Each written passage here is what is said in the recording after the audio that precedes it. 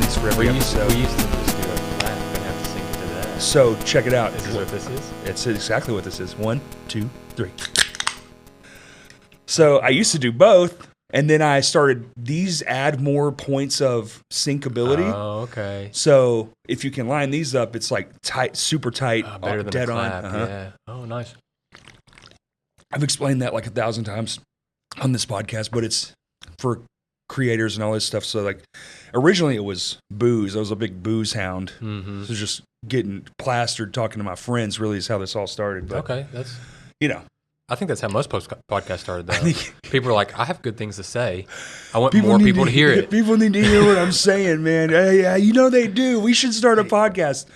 Panda 20 episodes later, like you say. Yeah. I don't think it's going to work, man. Yeah, the 20 episodes, man, like 90% or whatever just do not make it. And I'm one of that. I'm that statistic. I did not make it. It's hard. That's a lot of people. I'm like, around here, I've had people be like, we're starting a podcast. I'm like, good. I think there should be more podcasts. Mm-hmm. But then, you know, a couple months later, it's like, hey, what's going on? Well, this and that. It's hard. It's hard. Finding the guests is the hard part. If you can keep the guests coming in.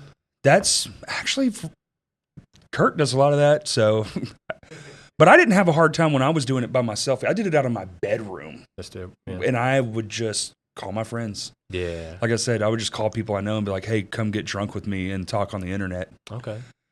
You should you could have a segment now, like, I don't know, like the drunk segment. I don't drink anymore. Well, I'm a good boy now. There you go. Get hydrated with Corey. Okay, there you go. Most of the people we have on probably are not drinking enough water anyway. No. I don't think anybody is. I think it's kind of an old school thing. You drink enough water? I don't know. You travel a lot, so you probably do. I do just because I sweat a lot. So Mm-hmm. I'm aware of it. I'm like, wow, I'm a sweaty human being. I need to drink some water. Dude, I sweat. I'll sweat right now just thinking about it. Exactly. I can look at a plate of food and I start sweating. Just moist. I'm like glistening. Yeah. I don't know if I'm nervous or if I'm just. Do you like spicy? Yeah, I love spicy food. Yeah, hell yeah. Yeah, bro. I was at a Jamaican restaurant, like in Hot Springs. Crazy, I know, right? Jamaican restaurant in Hot Springs. Yeah.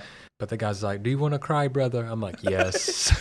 Fuck me up. Yeah, I'm like, give it to me. I was like, I know my skin color's white, but I love spicy. I want to die in here. Please, God, give it to me. I was like, I probably need to cry. He's like, what you mean? I was like, it's good for the soul. Better the food than feelings. Yeah, exactly. Eat those feelings. Exactly. In the form of a spicy jerked chicken. Dude, it's good too. Oxtails. Oxtail? Yeah. I've never had it. If you like just like tender, gelatinous meat, like if you like brisket and stuff like that, you like oxtail. It's a little more gelatinous, but I love oxtail. A little fatty. It's super fatty. It's Good like though. just fat. There's not barely any meat. The meat's probably gonna be like really rich, like a brisket, but it's just a lot of fat and tendon. That's good though. Oh, it's delicious. So good. Yeah. It's my favorite part of the brisket, honestly. Exactly. Yeah. I tell people. God. Who would have thought we'd start on food? Sorry. I sway it. I sway it. I sway it. I sway it. I'm not an adventurous eater by any means. I have the appetite of a 7-year-old. Okay. But the foods I do like, I like them rich, like rich meats, fatty for it. meats. God, so good. And I know how to cook good too, so I'm like always trying something. Mm-hmm. Like if we do this, like seasonings, love spicy, love like trying to figure it out. I just figured out my K-pot recipe, the soup, the broth and the mixture and all the different things that go in. Yeah, I got it down now. Yeah, it's like hot pot, just dip it in there. God. That's the way to go, right? We do it at home because it's so freaking, everything's so expensive. So I was like, we are as capable as they are. No, you definitely are. So just preparation. And finding the balance, right? So we find all the stuff, and it took me it's been probably 8 months now. I'm just concocting different versions of the exact same dish over and over again, and now I finally landed on it. It turns out, really, what I was doing was putting too much water in it. Dude, you're better than me. I go to the Asian market and I buy like the instant packs and just I can throw it in there. Oh, just throw it in there? Yeah, because they got one from like a famous Chinese hot pot brand. It tastes just like it. Well, I've had it abroad, had it here at the fucking Asian market. Do you know what the name of it is? It's all in. Yeah, Haidi Lao. Haidi Lao? Yeah. It's. Okay. I mean, it's famous worldwide. I mean, you wait 3-4 hours to eat there. Which market do you go to? I go to them all, bro. I hit them all here. But like Sam's has it. Sam's. Okay, Yeah, I know down there in Sam's. University. Yep, I go to that one, and then the big Asian the market. new Asian one. This Yeah. is Vietnamese owned. Because I used to live in Vietnam, so I can tell. Because they sell a bunch of Vietnamese stuff. They do. Yeah, so I go in there, I talk to them. They're pretty cool. Yeah, they seem friendly to me. Yeah, I don't talk much. It's more like, how much? Yeah. I get that. And then all their fruits just out, which I love. There's something about it's kind of like old school. Yeah. Kind of reminds me of like my childhood. Everything's just out. Markets. Yeah. Ready to go pick. I like a market. It's a good vibe. I do too, man. We got good markets in Arkansas too. Hot Springs Market, Farmers Market, stuff like that. Farmers Market's always fun. I like Hot Springs, man. I mean, like, I've traveled a lot, but coming back to Arkansas, like reconnecting with like charming Hot Springs. Do you live in Hot Springs? I live close to Hot Springs. Oh, okay. Yeah, I'm kind of outside. I'm on like farmland, but I like Hot Springs, man. It's just kind of like it's growing too. Oddly, yes, because it didn't for so long. It was just kind of the exact same town. Every time you went, it was the same. And now it is kind of like expanding out. Yeah, it's becoming like, I mean, when I went to the summer, I was surprised how many tourists show up and come to Hot Springs. I don't think of Hot Springs as a tourist destination, but people come there. Oh, that's all I've ever thought of it was summer. It's like a summertime place. Yeah, I guess I always think of like retirees and like teenagers for some reason. I don't know. Well, that's fair. But also, I didn't start going there regularly until I had friends there. Okay. Now that I have a whole group of friends that come from there, I go there all the time. Right. So when you see it over and over and over and over again, I guess if you live there, it's like, why would anyone come here? Yeah, they're getting breweries. They're getting it. They're getting all this stuff. Yeah. They got to. People don't want to drive all the way. It's an hour to civilization. Right. And now it's going to get even worse. They're building that Buc-ee's right there by the exit. Kind of ready for it, though. Everybody is. I'm not. I'm like, I can't. The traffic is going to be. Oh, it's going to be horrendous. Absolutely fucking insanity. Like 5 o'clock on any day at work. Mm-hmm. Stand still I-30. Stand still I-30. Just done. I-30's cooked. They're going to have to add 7 lanes just to have. Yeah. Here's your Buc-ee's waiting lanes. I can't believe they don't have like 4-lane exit into Buc-ee's like ready to go. They put enough money into it. It's 2, which I'm actually surprised they even did 2, but I'm like, do y'all know how just the sheer amount of people that are going to be, especially like that first month, it's Arkansas. There's something about the first 3 months of a new business. Mm-hmm. We love it. It's something in the Arkansas DNA, the Arkansas DNA of just, it's new. We're going. It's going to be like, it's like a family trip to Buc-ee's now. Forget the amusement park. Forget Branson. We're going to Buc-ee's. What'd you guys do for the trip this year? Buc-ee's. Yeah. We went every day. Christmas break, man. We're down to Buc-ee's. You need time. We do it in sections. There you go. You could, man. I will say their merch game is incredibly strong. I'm just ready because I'm like, man, actually some content creation that people watch nationwide. That's true. That's close to home. You don't have to travel I don't have to go like to Texas or New York City or something like that. You're like, damn, something in Arkansas is like 30 minutes from my home that I could go do a video on. When it's finished, it will be the largest Buc-ee's. It is. Have you been past it? Holy crap. I have to pass it to go home. It's. Have you seen it yet? Whoa. Well, that's a first. That's so close. They're usually way the fuck out there. Yeah. Yeah, they usually fly over my house. So. Holy crap. Dang. For those of you who are just listening, airplane. I didn't mean to derail the No, you're good. I guess I'm used to my farm's like on the line from like Jacksonville to I guess like Texarkana or something. Mm-hmm. So they always just fly straight over for the Air Force Base. Yeah, but we got actually through our farm goes the gas line too, so they're always flying over for gas line and shit like that. So crazy stuff. How much land you got there, fella? 125. Damn. I know, country boy. Dude, you're living the sweet life. Just you got animals? You farm? I don't farm. My parents do. They got like cattle and everything. But it was weird. So I grew up on this farm, went to a small school, graduated with like 29 people. Awesome. And then like was kind of growing up in Arkansas. I was like, I want experience. So I took off abroad. And then I started living in cities with like 12 million people. Yeah. So. Yeah, he told me you started because of teaching. Yeah, I started teaching English in Hong Kong. And that was just to get my foot. In Hong Kong? Yeah, I started in Hong Kong just to get my foot in the door to start YouTube. And so, like, I was teaching, and then I was like, if I ever had free time, I'd go try to make videos for YouTube. And it finally kind of, like, took off. And then I was like, all right, so you're teaching, and I took off with YouTube. What was you just hoping and praying it would work? Pretty much, yeah. Really? Okay. You know, there wasn't any real, like... Jumping off a cliff. Yeah. Free falling. I mean, that's kind of what it is, hoping right? For the best. Hoping something sticks. Yeah. Do you remember the moment something, like, caught? Yeah, actually, yeah. I was like, I went to Malaysia, and it was kind of funny because you always think like, oh, I'm going to make this great channel. People are going to love it. It's going to be great quality. I said something like completely stupid and wrong, and everybody's like, hey, dumbass. Mm-hmm. And it blew up just because like I said something completely wrong. So it just like almost kind of blew up for the wrong reason. That's so much things though. But the negative will get you up there as fast as the positive. Sometimes probably more so these days. I think I forgot, I don't even remember what I did. I think I just pronounced the city name wrong. Everybody's like, hey, dumbass, it's pronounced like this. And so, like, it blew up. We just learned that cities are a huge thing people love to listen to. Mm-hmm. Our biggest video to date is at TikTok. It's on TikTok, right? And it's all because the guy was interviewing, it was from Bristol, and we were talking about Bristol, Tennessee. Yeah. And it's like at 100,000 views and so many comments because we just mentioned a city. Yeah, I think people are very, not just nationalistic about their country, but where they're from. Oh, absolutely. Especially like Northeast America, when you start getting into Boston and Philadelphia and Pittsburgh and New York, people are just like, it's really, it's crazy. It is kind of crazy. They're like, holy shit, someone said my name. Yeah. I know the thing too. Yes, I'm in on that as well. Yeah. It's all about these communities. I guess, when somebody says like Arkansas in a movie, I'm like, a little recognition. That's all right. Oh, Billy Bob Thornton. Okay. Yeah. Kylo Ren. We got a couple of them. There you go. Actually, it's crazy. Billy Bob Thornton went to Malvern High School, and that's like right down the road from where I'm from. Yeah. So they have a statue of him out there. I'm surprised they don't, honestly. Yeah. Like a bronze fucking you get on Billy everybody's Bob. like, Billy's still the same guy from back in the 70s. I'm like, you don't know Billy. You don't know him, dude. Yeah, whatever. He wears vials of blood around his neck now. He's fucking definitely changed. He's been in California long enough. He's probably not the same Billy. I'm sure there were some drugs and hell yeah, he was out dude. there. Like what?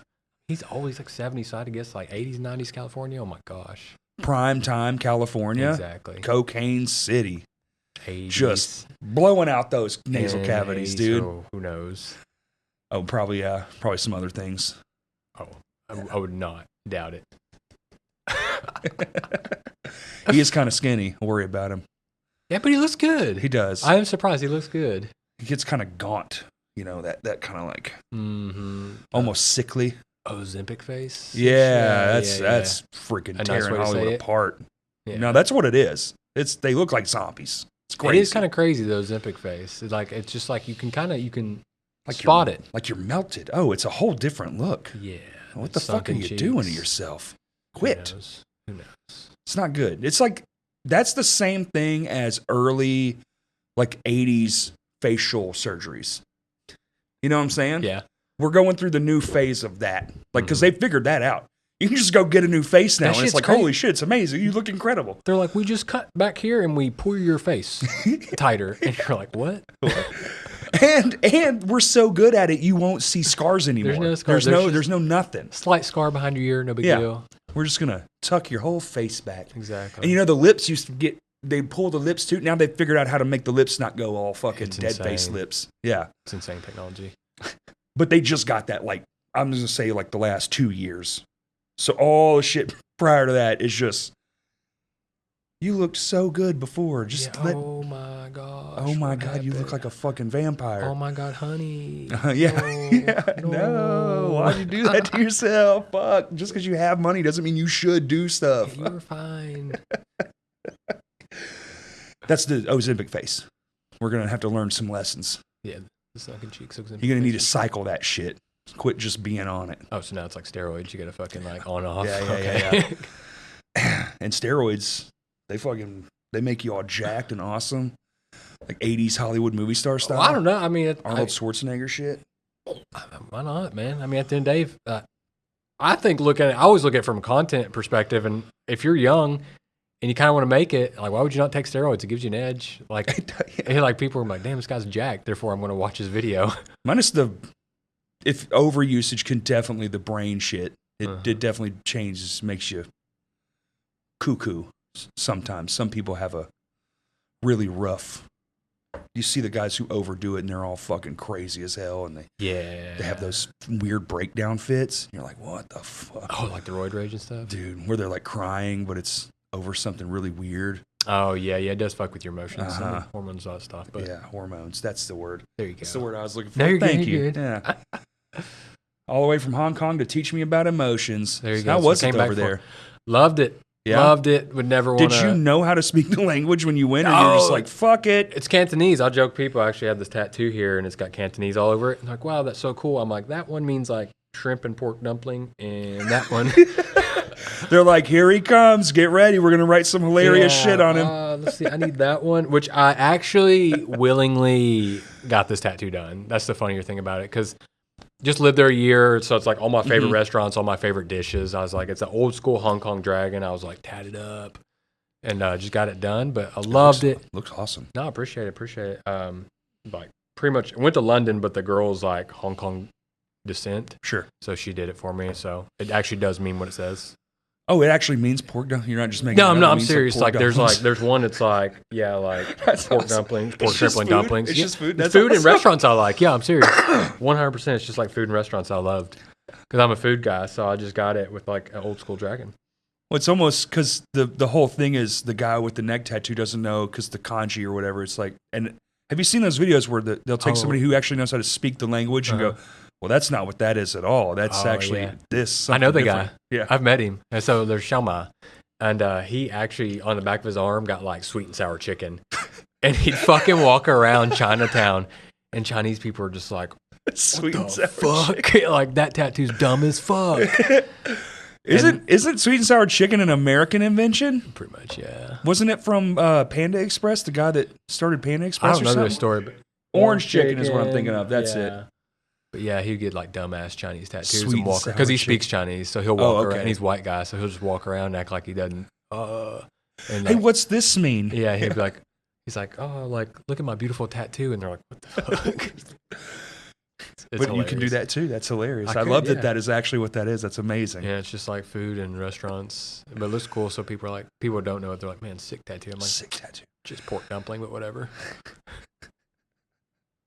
What's your favorite place you've been to? I mean, Hong Kong's definitely up there. I lived in Vietnam afterwards for like 4 or 5 Okay. years, so I loved Vietnam. Especially this was like pre-COVID. Is it as humid as the movies make it look? It's actually, you know what's funny is Asia is just advancing so fast. It's more modern than you'd think. Oh no, I know. I'm just saying the weather. Oh, Like the humid? humidity. Yeah. Oh, it's fucking miserable. It's like Arkansas summer 24/7. Yeah. Yeah. Shit. That It's like sucks. Arkansas summer, but it just rains. but it's always. Yeah. it's just always that. Yeah, exactly. Especially like in the South. In the North, they get more seasons, but like in the South, it's Just like, one constant hell. it's either rainy or really rainy. Oh, Yeah, it's There's either pretty only much two like speeds, rainy yeah. season or like monsoon. so kind of like Florida, like lower Florida. It's just yeah, but even raining hotter. all the time. Yeah, it's Even it's hotter. rough. It's That like around sucks. 100. Yeah, God. it's okay. I mean, it's not bad. You get used to it. Sure. I- Well, just like anything. Yeah, I miss seasons. Like I love being around seasons, but like I really enjoyed Vietnam.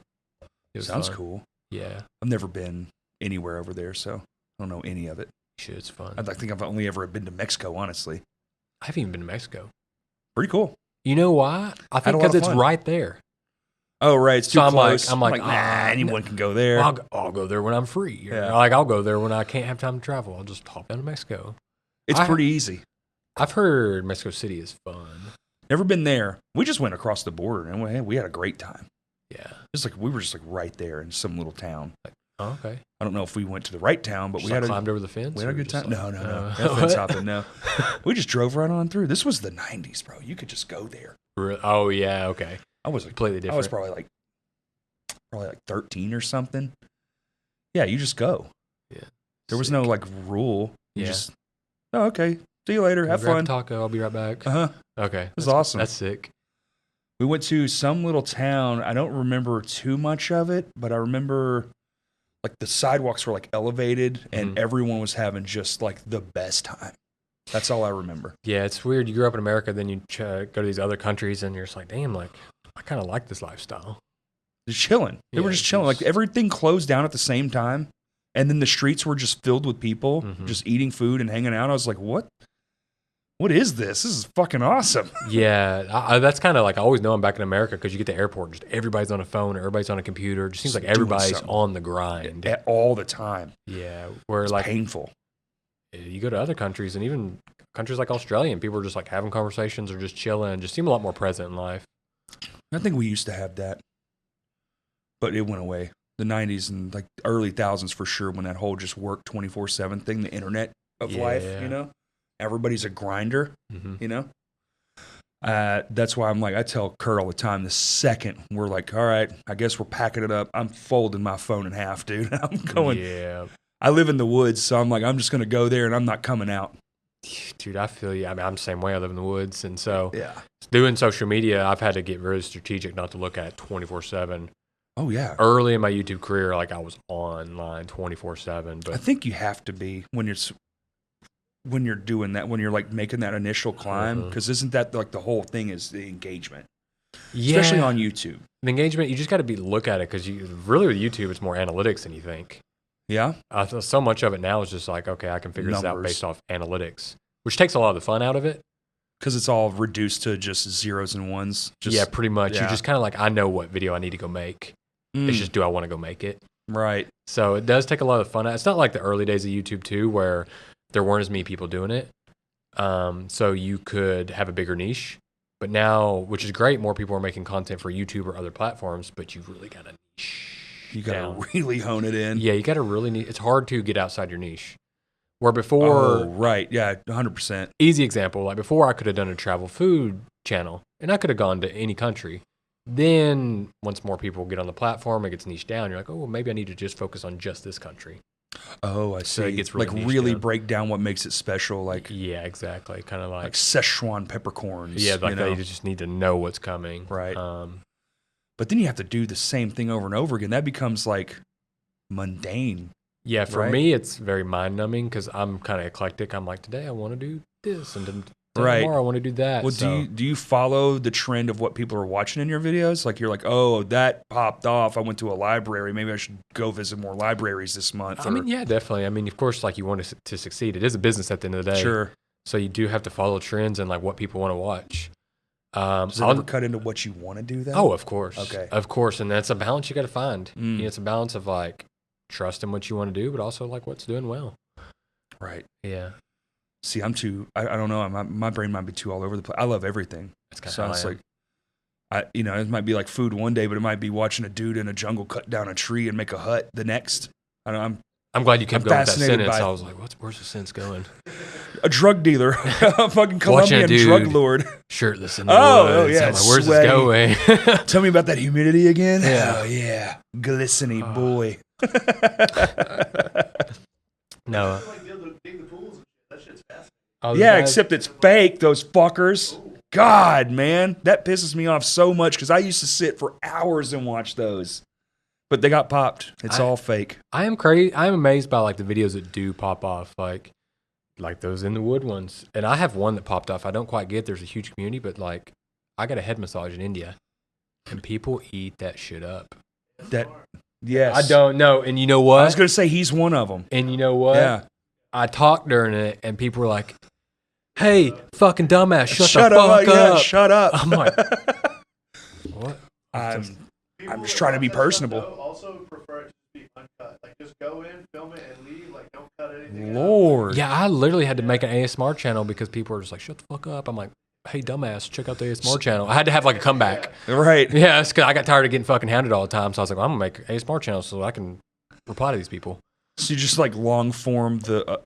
So now I just get two massages. One where I talk for my normal channel, and one where I just don't say anything. Actually, I just talk and I cut out the talking. Oh, and then okay. I fucking put, and then people were like, hey, It's peaceful. yeah, it's really weird. People love it. I don't understand it. I've asked him a few times. I don't know I don't the understand it either, but it's like. really relaxing. For no reason. I agree. But I like to listen to a fan while I sleep, so that's weird too. So who knows? No white noise. Yeah. Oh yeah. I got a white noise machine. I have a fan. I have all kinds of bedtime treats. Like like how do I want to go to bed? What sound will lull me to sleep tonight? Don't want the thunderstorm. Uh-huh. Don't want the, okay, I got you. Yeah. I'm because I got my phone too, so I can do things on it, and I have an actual machine. Mm-hmm. I can do things, and the volumes are different, and the way it affects you is Surround different. So sound. like depending on the night, like if I'm too hot, it's a fan night. Okay. Turn the fan on, get the air going. Okay. I'm insane. Some nights you're like in fucking Sweden. Some nights you're deep in the rainforest. Yes. Okay, gotcha. Literally. So, do y'all mainly talk about like music on here? No, anything. Okay, We've cool. had Because I was park like, rangers. man. We've had all kinds of people It on started here. off that way, but now it's more about. Well, it started off music Okay. because that's who I know. right? So that's the most success I have is to the music industry because that's where I've been most of my life. Okay.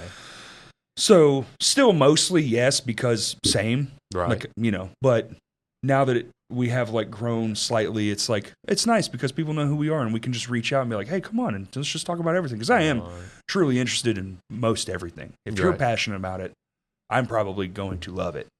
What music, like what genre mainly? That I play or that I like? That you're in? Heavy stuff, but not like metal. I don't know. Now we're getting into labels. Yeah, it's like the different side of heavy. Like most people would call it like post-hardcore. Okay. But there's a band I'm in that's like probably my baby is called Lame Johnny, and it's like blues and punk. Okay. Stuff together. Yeah, my sister-in-law used to be in a punk band. Yeah. So it's like got the aggravated, angry kind of punk yell in your face vocals, but the instrumentation is heavy, but it's all like very blues inspired riffing because one, I'm not that good of a guitar player. Mm-hmm. You don't have to be the best to be a blues. You just have to be passionate. Right. That's what I love about the blues. Through. Yes. So just even the mess ups can be part of the thing, and you never play the song the same way twice, kind of thing. So you're into the whole like screaming, growling stuff. Do a lot of that. What about like the stuff you see from like other countries, like these people from Russia, and when they do that fucking demonic voice, you're just like, oh, what's on a different level? It's just on a different level. But you know, I think other countries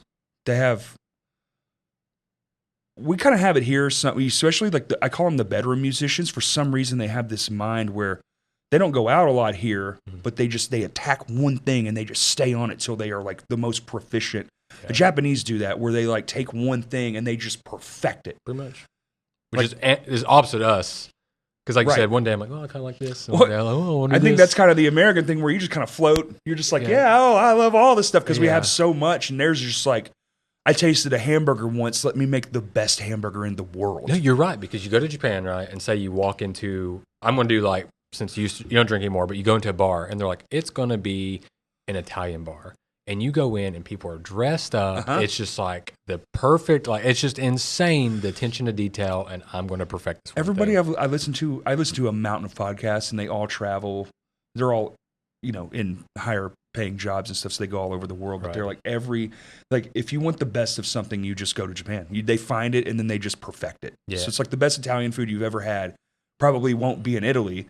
Probably will be in Japan if there's a place that's doing Italian food there. So it's like, I think it's weird how we differ because a lot of countries have that. They just like the screaming where it sounds like a demon. That's because that dude sat there for years. Mm-hmm. And every waking hour he had where he didn't have to do something else, he doesn't get blind. They don't get blindsided by all the fantasy of everything. It's just, they're just in it. They're locked in. You can see it in their performance. In the way they do stuff, like even the way they carry their self is different, right? You know, like when they're on stage, because it's got to be like so perfect, right? Okay, no, you're right though. I think that is the beauty of like America is just like we just have everything. You can just have like a touch. We're very gluttonous.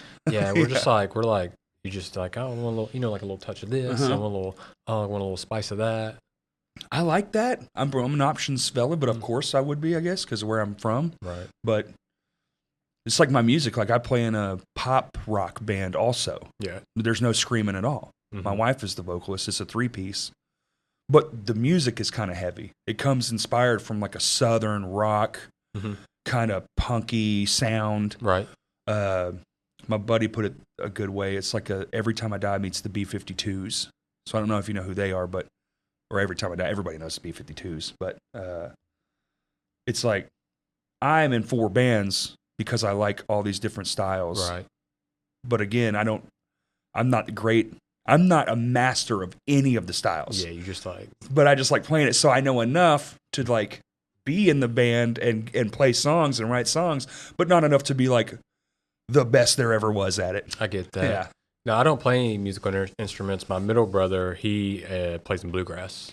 Okay. I mean, hard bluegrass. I love good bluegrass is amazing. Mm-hmm. I think it's interesting, and like you see, country kind of has like a little split music. You almost have like this pop Christian country, but then you have this almost like grassroots country coming The out. grassroots country's coming back. Yeah, it's a lot of fun. I mean, Tyler Childers. I love it. It's my favorite kind of country. It's the original country. Yeah, and then actually, I forgot his name. Who does like some old school? It almost sounds old. It almost sounds like it's from the '90s country, and that's fun, man. '90s country to me was fun. That was everything. The Garth era, or like Travis Tritt. Clint Black, you name it. Reba McEntire, stuff like that. All that shit. I grew up on that. Exactly, I did too. Like TNT, like all that stuff. Oh man, that's AC/DC. a fun. That's a great one too. There's something about the old stuff to me that's what I do now. When I listen to music, even though all my favorite bands, like my favorite bands, are all like what you'd consider like a modern sound. Yeah, like Korn or Norma Jean or Limp Bizkit or anything from like my childhood, like Under Oath. Right. They have like a modern sound, but now if I listen to music, it's almost always something that I grew up listening to, like my dad's or mom's. Well, think about people's access to music now. I mean, It's maybe infinite. you're growing up, you didn't have like, Spotify or something. You just had what your parents had. Now people have 60, 70 years of history they can listen to. When I grew up, music. I had cassette tapes. Exactly. And then CDs came out and we were like, holy shit. Mm-hmm. You can what? And then those evolved and became like MP3 CDs where you could fit 50 songs on one. I think if there's one, area that's going to be harder and harder to break out, it's got to be the music industry. Music industry is just, because you get all the history. It's everything now. It's access. very like, and it's dull. It's become, it's like people are desensitized to music because of the availability of it is infinity. Yeah. So it means so much less. Like people, I know kids, that's how they find music and they become attached to like a couple of, but it's like used to, there'd be like 5 bands or 10 bands. You'd be like, this is the whole entirety of the thing. Album. This is the album. Yeah. And you'd have to buy the thing and sit with it. But that's why, you can look at, people still want that. I think streaming is actually, it's ruined a lot more than it's done positive. Okay. I know it's made a lot more people a lot more money, like as far as like spreading it out. I kind of like streaming just because like last night I was listening to a girl from Kazakhstan. Right. So I like that aspect of it. It's like, it connected the whole world. Exactly. Yeah, which is good. But it took away a lot too, I think, because like now buying vinyl, that's why vinyls is having such a massive resurgence, because I think people still like the physicality. Mm-hmm. So I have this rule where if I find something, I don't just mindlessly scroll through music, but if I find something, I'll try to buy something. Right. Like a vinyl or a T-shirt. Yeah, my 18-year-old nephew, he loves vinyl. And you're like... Oh, I have my vinyl collection's ever growing. Right. And because all the bands do it now. Mm-hmm. We live in maybe the best time for vinyl, which is so fucking crazy because it's the oldest medium we have next to wax cylinders. Yeah, is it like that kind of like status quo, like, oh, look at the vinyl I got and you can't have it? No, well, some are like that because they're old and they're out of press or whatever. Like there are some that go for $100,000, but also every band now is doing them and they're repressing stuff that was never going to be on. Yeah. Because it just missed the era of vinyl. Mm-hmm. And now they're going back. So now all your favorite records from when you were a kid, you can, like I have a Limp Bizkit vinyl. I have multiple Korn albums on vinyl. That's you crazy. couldn't buy them when I was listening to them in the 90s, but you can now. Mm-hmm. And that fucking rules. The only thing I will say is they don't, some of these are just kind of like, what's the word, where like they press it just off the regular masters, and you really need to remaster for vinyl because it hits different. Yeah. Like we did ours on vinyl and we had it mastered specifically for the internet, and then we paid another chunk of money to get it mastered also to be on vinyl. Okay. So we have 2 separate ones. And I actually think the vinyl master is far superior. Yeah. It's way clearer. It's because the algorithm heavy music wants that pump, right? That woofy sound for the modern sound. I don't like that. Okay. I prefer just direct tone. Okay. Which I know everyone's going like, you fucking snob, you suck. Yeah, it's not getting snobby. I'm a bit snobby. I mean, I prefer clarity over like intensity, I guess. I like vinyl just because for the experience. Mm-hmm. So sit down, read. I think like it's a physical thing. It's there. again, you can disconnect from that social media. Like I don't have to grab my phone all the time. Mm-hmm. So to me, it's like a physical thing you put on, or you go to a vinyl records bar. That's fun. There's vinyl record bar? Yeah, Japan, Thailand, okay. they're everywhere, man. See, we're not doing stuff like that here. Which is incredible, man. You go to a bar and it's just a vinyl record bar, so they're just playing vinyl music. They're kind of DJing a little bit. They'll go through it. Your bartenders be DJing it as well. It's just a great vibe. So what do you do there? You just sit and vibe music, or you get drinks? It's just like a cocktail bar. Oh, okay. But they also have vinyl records going, and they have usually like this wall right here full of records. Can you pick? Can you hey, do this. But I mean, at the end of the day, like they probably know what they're gonna do. They're like, yeah, it's no. Yeah. Or you slide them a 20. Yeah, you could do that. And I think or whatever they call their money. But usually some bars are pretty cool if like you want something played, like they'll go, especially if you go earlier hours. But usually when it picks up, like they'll have kind of like a playlist they're gonna go through. Okay, I mean that's kind of rad, like a coffee shop but with a DJ. I guess some things do that around here. There's a what's their name? All kinds of they play a lot of coffee shops, so it's kind of a thing, I guess. But it's a live band. I've seen it in America too, and maybe not here in Arkansas, but I would love to have like, oh shit, it's Saturday at 10 a.m. The coffee shop's got DJ. I would go to that. Yeah, I just wish I liked coffee. They don't have drink bars for people who don't like. It's like strictly a coffee thing. I guess you had to get matcha. I guess. Can I get a lemonade? Can I get? You need the lemonade. Hell yeah. Okay, we'll work on it. A blackberry lemonade, a lemonade bar. Come on, Kurt. The podcast quits working. Let's start a fucking lemonade bar. Hey, there's a place in Jonesboro we were just at Saturday called the Lemonade Grill, and they have like 100 lemonades, and it is some of the best lemonade you ever have. It's so fire. You're onto it. You can just get gummy bears in any of it. Just I'm like fat, customize dude. it. I'm so yeah. You can just customize them. They have all kinds of little treats you can put in them. Oh, so you're all going kinds through, of fruits. You're grabbing like the sour candy and putting it in the lemonade. Hell yeah, so I'm good. down for I mean, that. they do it. They don't let you do it, but still. Okay. Imagine, a self-serving lemonade bars. Yo, see.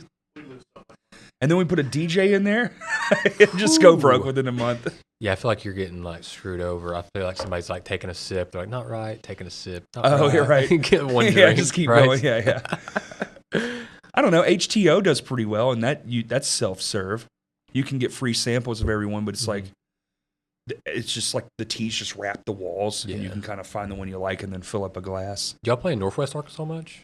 No, I'd like to more, but they're running out of venues because they keep fucking selling them like dorks. Really? Yes. No, I've been away from Arkansas like 8 years, and I came back. I'm like, what happened to Northwest Arkansas? It's the mecca of Arkansas now. It's wild. It's where everything is. It's where everyone goes. It's fucking beautiful there. Oh, of course. It rules. I was just there for the Big Diamond Comedy Fest like a month and a half ago, maybe 2 months ago. And it was unbelievable. I had the best time, and it was so awesome. Everyone is great. Yeah. Didn't have one bad experience with one person. It was I don't know what's going on over there, but they're doing it right, I guess. yeah. Well, just an infinite fucking money. They have all the Walmart money. Walmart Tyson, They're all injecting that. billions into that economy, like feverishly. Even the Walmarts there are chill as fuck. You're like, how? How? Yeah, where are the people in their pajamas? No, Like- they don't exist there. What? No. And they have like, there's one particular that's in Bentonville, and it's like right down the street from the original Walmart. It's got to be the nicest Walmart ever. It's unbelievable. And they serve things that only like Sam's Club does, but now they do them there too. And I'm like, you cheating motherfucker. Yeah, it might be one of those, but it's so freaking awesome. Is it one of them stores where you walk in, you grab stuff, and just like walk out? It's not that yet, but I imagine that's where they're going because it does have that whole like setup. But the checkout is quick. Everyone is like hella friendly, of course. Dude, at Walmart and Bryant, they're like, get out. Why are you fucking here? Why didn't you just call it in, you know? Go to Kroger. Yeah. That's what it feels like now. Like corporate grocery stores have just turned into, why didn't you just order it online and sit in the parking lot? Or I go to Walmart and I'm trying to shop and they're doing those, they're picking up for people and I'm like, they're like running me over. I'm like, bro. They got to have two different stores or just close them down. That's why I've been saying like 5 years from now, you won't go into stores. Everything will be an Amazon warehouse. You'll just show up and pick the shit up. It's super wild. I was like, I think a couple years ago, I was at like a Seattle's Mariners baseball game and they have like the little convenience stores and they're just like, tap your card and walk in. and then walk out. So you just like tap your credit card, you walk in, you grab, you open your beer, whatever you get, and you walk out, and it charges your card. Fucking. You don't scan anything. You don't do anything. That's so insane. Which I get like the ones where like you put it in the area and it's like scanning it. But this one, you're walking through so fast. Do you have a Sam's Club membership? Yes. Do you go to Sam's Club? Yeah. Have you seen the new way they do the receipt thing? Yeah. You walk through that little bar, and it just everything in the cart. It's just like, and it knows your receipt. Yep. And it's like, because the lady's like, "Oh, you're good." Yep. How? It's like it was the exact same technology at like baseball games. I'm like, dude, how do you know like I grabbed this exact thing? Goose, like long, whatever, this beer. How'd you know I got this fucking Miller Lite? How'd you know? How you know it's Miller Lite? It's so crazy. Crazy. So that's fucking. It's so crazy. That's just. It's. I mean. And I feel like that technology is kind of high tech, so you're seeing it in like bigger places. Wait till that's everywhere, like your mom and pop gas station down the road, where you're just not even. You won't have anything, just your phone. Well, in China, you can like pay with your hand. Yes, I've I've seen that. That's so scary. I don't want that. You don't want to go that far? Fuck no. I don't. That's dystopian as hell to me. Yeah. When they're like, "Oh, we got facial scanners everywhere." You don't want to scan your face and then just like just have anything you want. Well, one, that makes it way too easy because like I'm like, if I have cash, I can see it. I know how poor I am. If I have a card, it's just until you get a ding and you're like, "You're out of money, you fucking idiot." You're like, "Oh, got you good, jackass." Damn it. I came back to America and I would like buy like groceries. It's like, or you can pay in 4 installments. I'm not paying fucking 4 installments for my fucking groceries, bro. These Dunkaroos, I paid fucking interest on these Dunkaroos. Bro, I had to do 99 cents a month for 12 months to buy these Dunkaroos. They were doing that a little. I think didn't they cancel that though? They were doing like fast food on. Yeah, they had to cancel it for like Uber and stuff. They're like, God, we won't get you in debt from Uber. Imagine owing money on Taco Bell. What the fuck? I tell you what though, that's one thing I wish. Come on, man. That's the one thing about America I wish we were better at is food delivery. Like again, living in Asia in general, you can usually like get your food delivered. The price for delivery is like $2.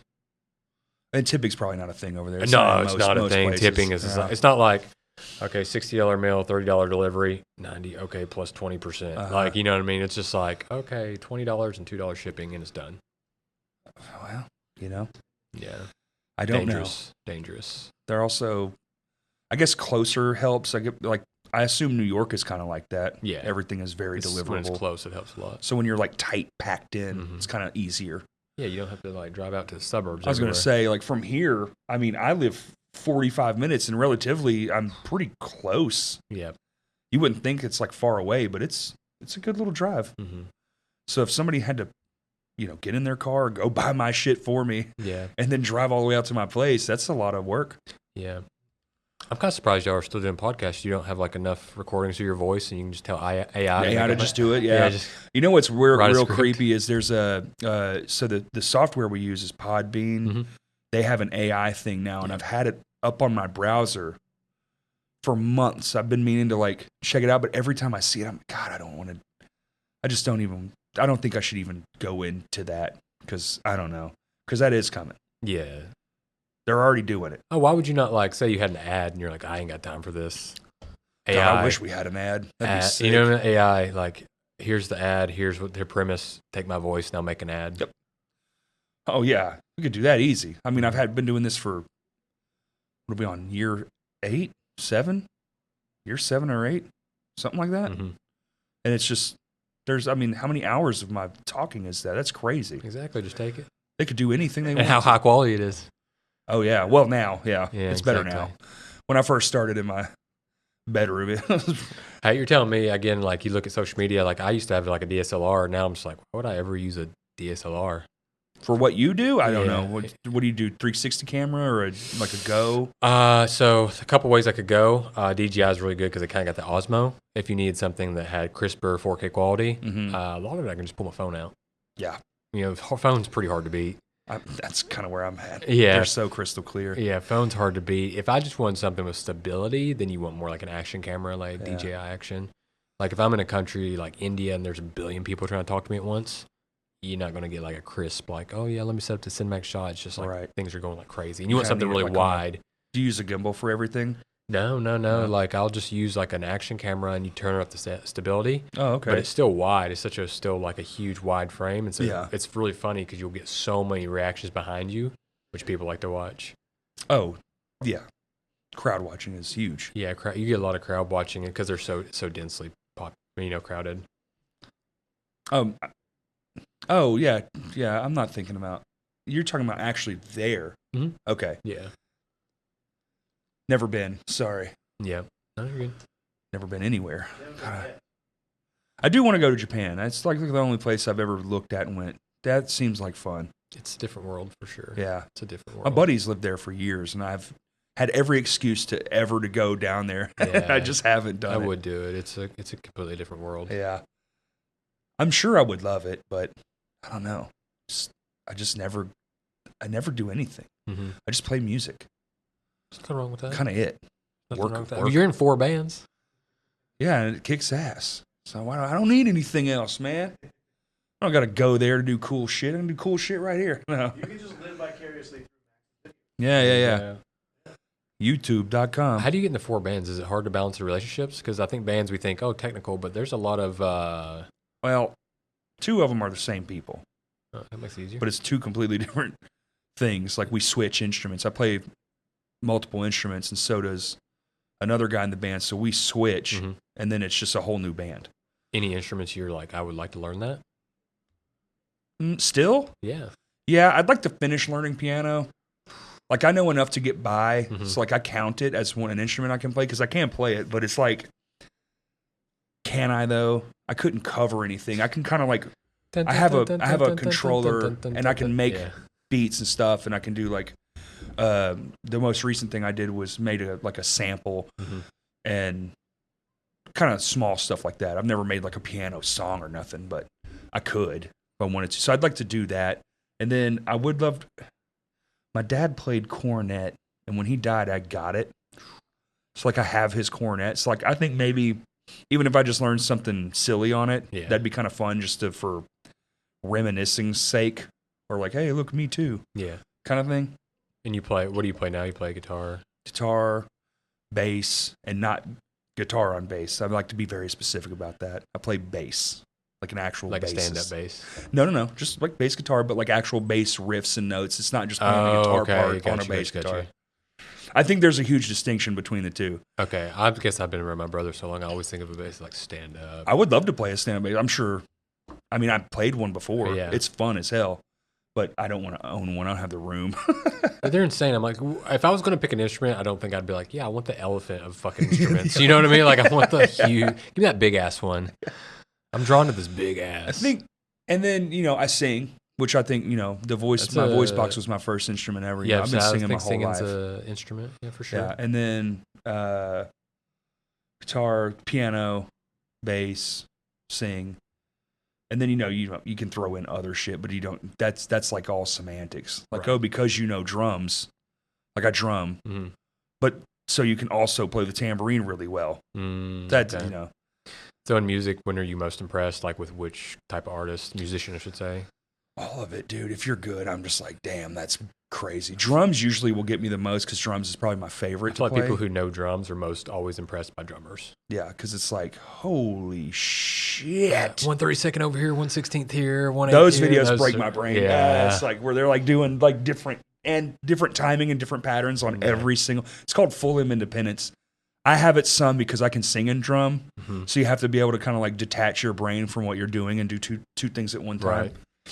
Right. But some people have it on a level that it's Can't just, even wipe my ass with my left hand, bro.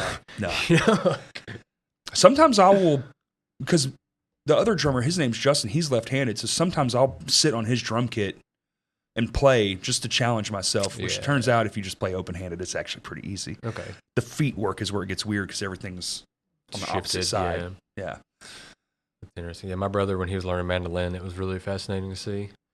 That's a great instrument. That's a crazy one. Mm-hmm. That would be one I would consider to be also. And also, it's not like you can play guitar and then just pick up a mandolin and know how to play it. Exactly. It's a whole different ball game. What is it, like 8 strings, I think? Yeah. Sorry, my music knowledge is... Also, harmonica. I think learning harmonica would be badass. Harmonica would be cool. I tell you who impressed me, are the violinists, I think. I don't know why. Like the violinists that can just like fucking rock it out to anything. Like I don't know. I just kind of like, man. Have you ever seen Trans-Siberian Orchestra? Mm-hmm. That girl that they have, that's just like an absolute beast on a violin.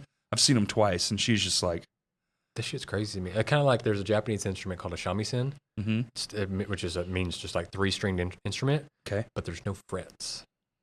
So they're just going. You're just by going feel. No frets. You just gotta like have the ear for it, or feel an ear. And I'm like, geez, how do you even learn on something like that when it's not like, okay, 6th fret? What's like some of the weirdest situations you've gotten into out there? Surely you've gotten into some like crazy. Yeah. Ever been arrested or? I mean, first time I ever went. So I went to Hong Kong. First time I ever went to China, and this was China way before what China is now. Yeah. I got like scammed. I got in a scam taxi, and it's like because the flights scam are weird. Taxi. Yeah, like so pretty much like so just driving circles, drop you back off. Thanks for the money. Pretty much, Idiot. But like didn't know this about China, but just like showed up, just had some cash on me. Didn't have my cards ready to work or anything, and the flights only landed like 1. So by the time I got through immigration, it's like 1:32. Got in a taxi. Oh, the nice guy, blah, blah, blah, blah, blah. Dropped me off like in the middle of fucking nowhere. Charged me like 10 times the price. Almost ate all my cash. And like I had to find my hostel at like 3 a.m. Oh my God. And I didn't think there was any way. So I like walked around for 30 minutes and then somehow just like stumbled on it.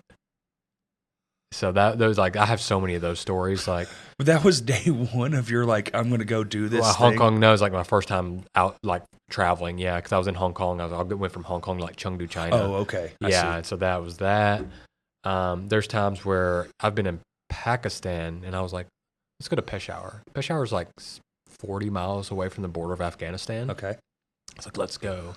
My buddy and I. He actually speaks Urdu, but they don't really speak Urdu there. They speak Pashtun, which is the language of kind of the noble tribal people.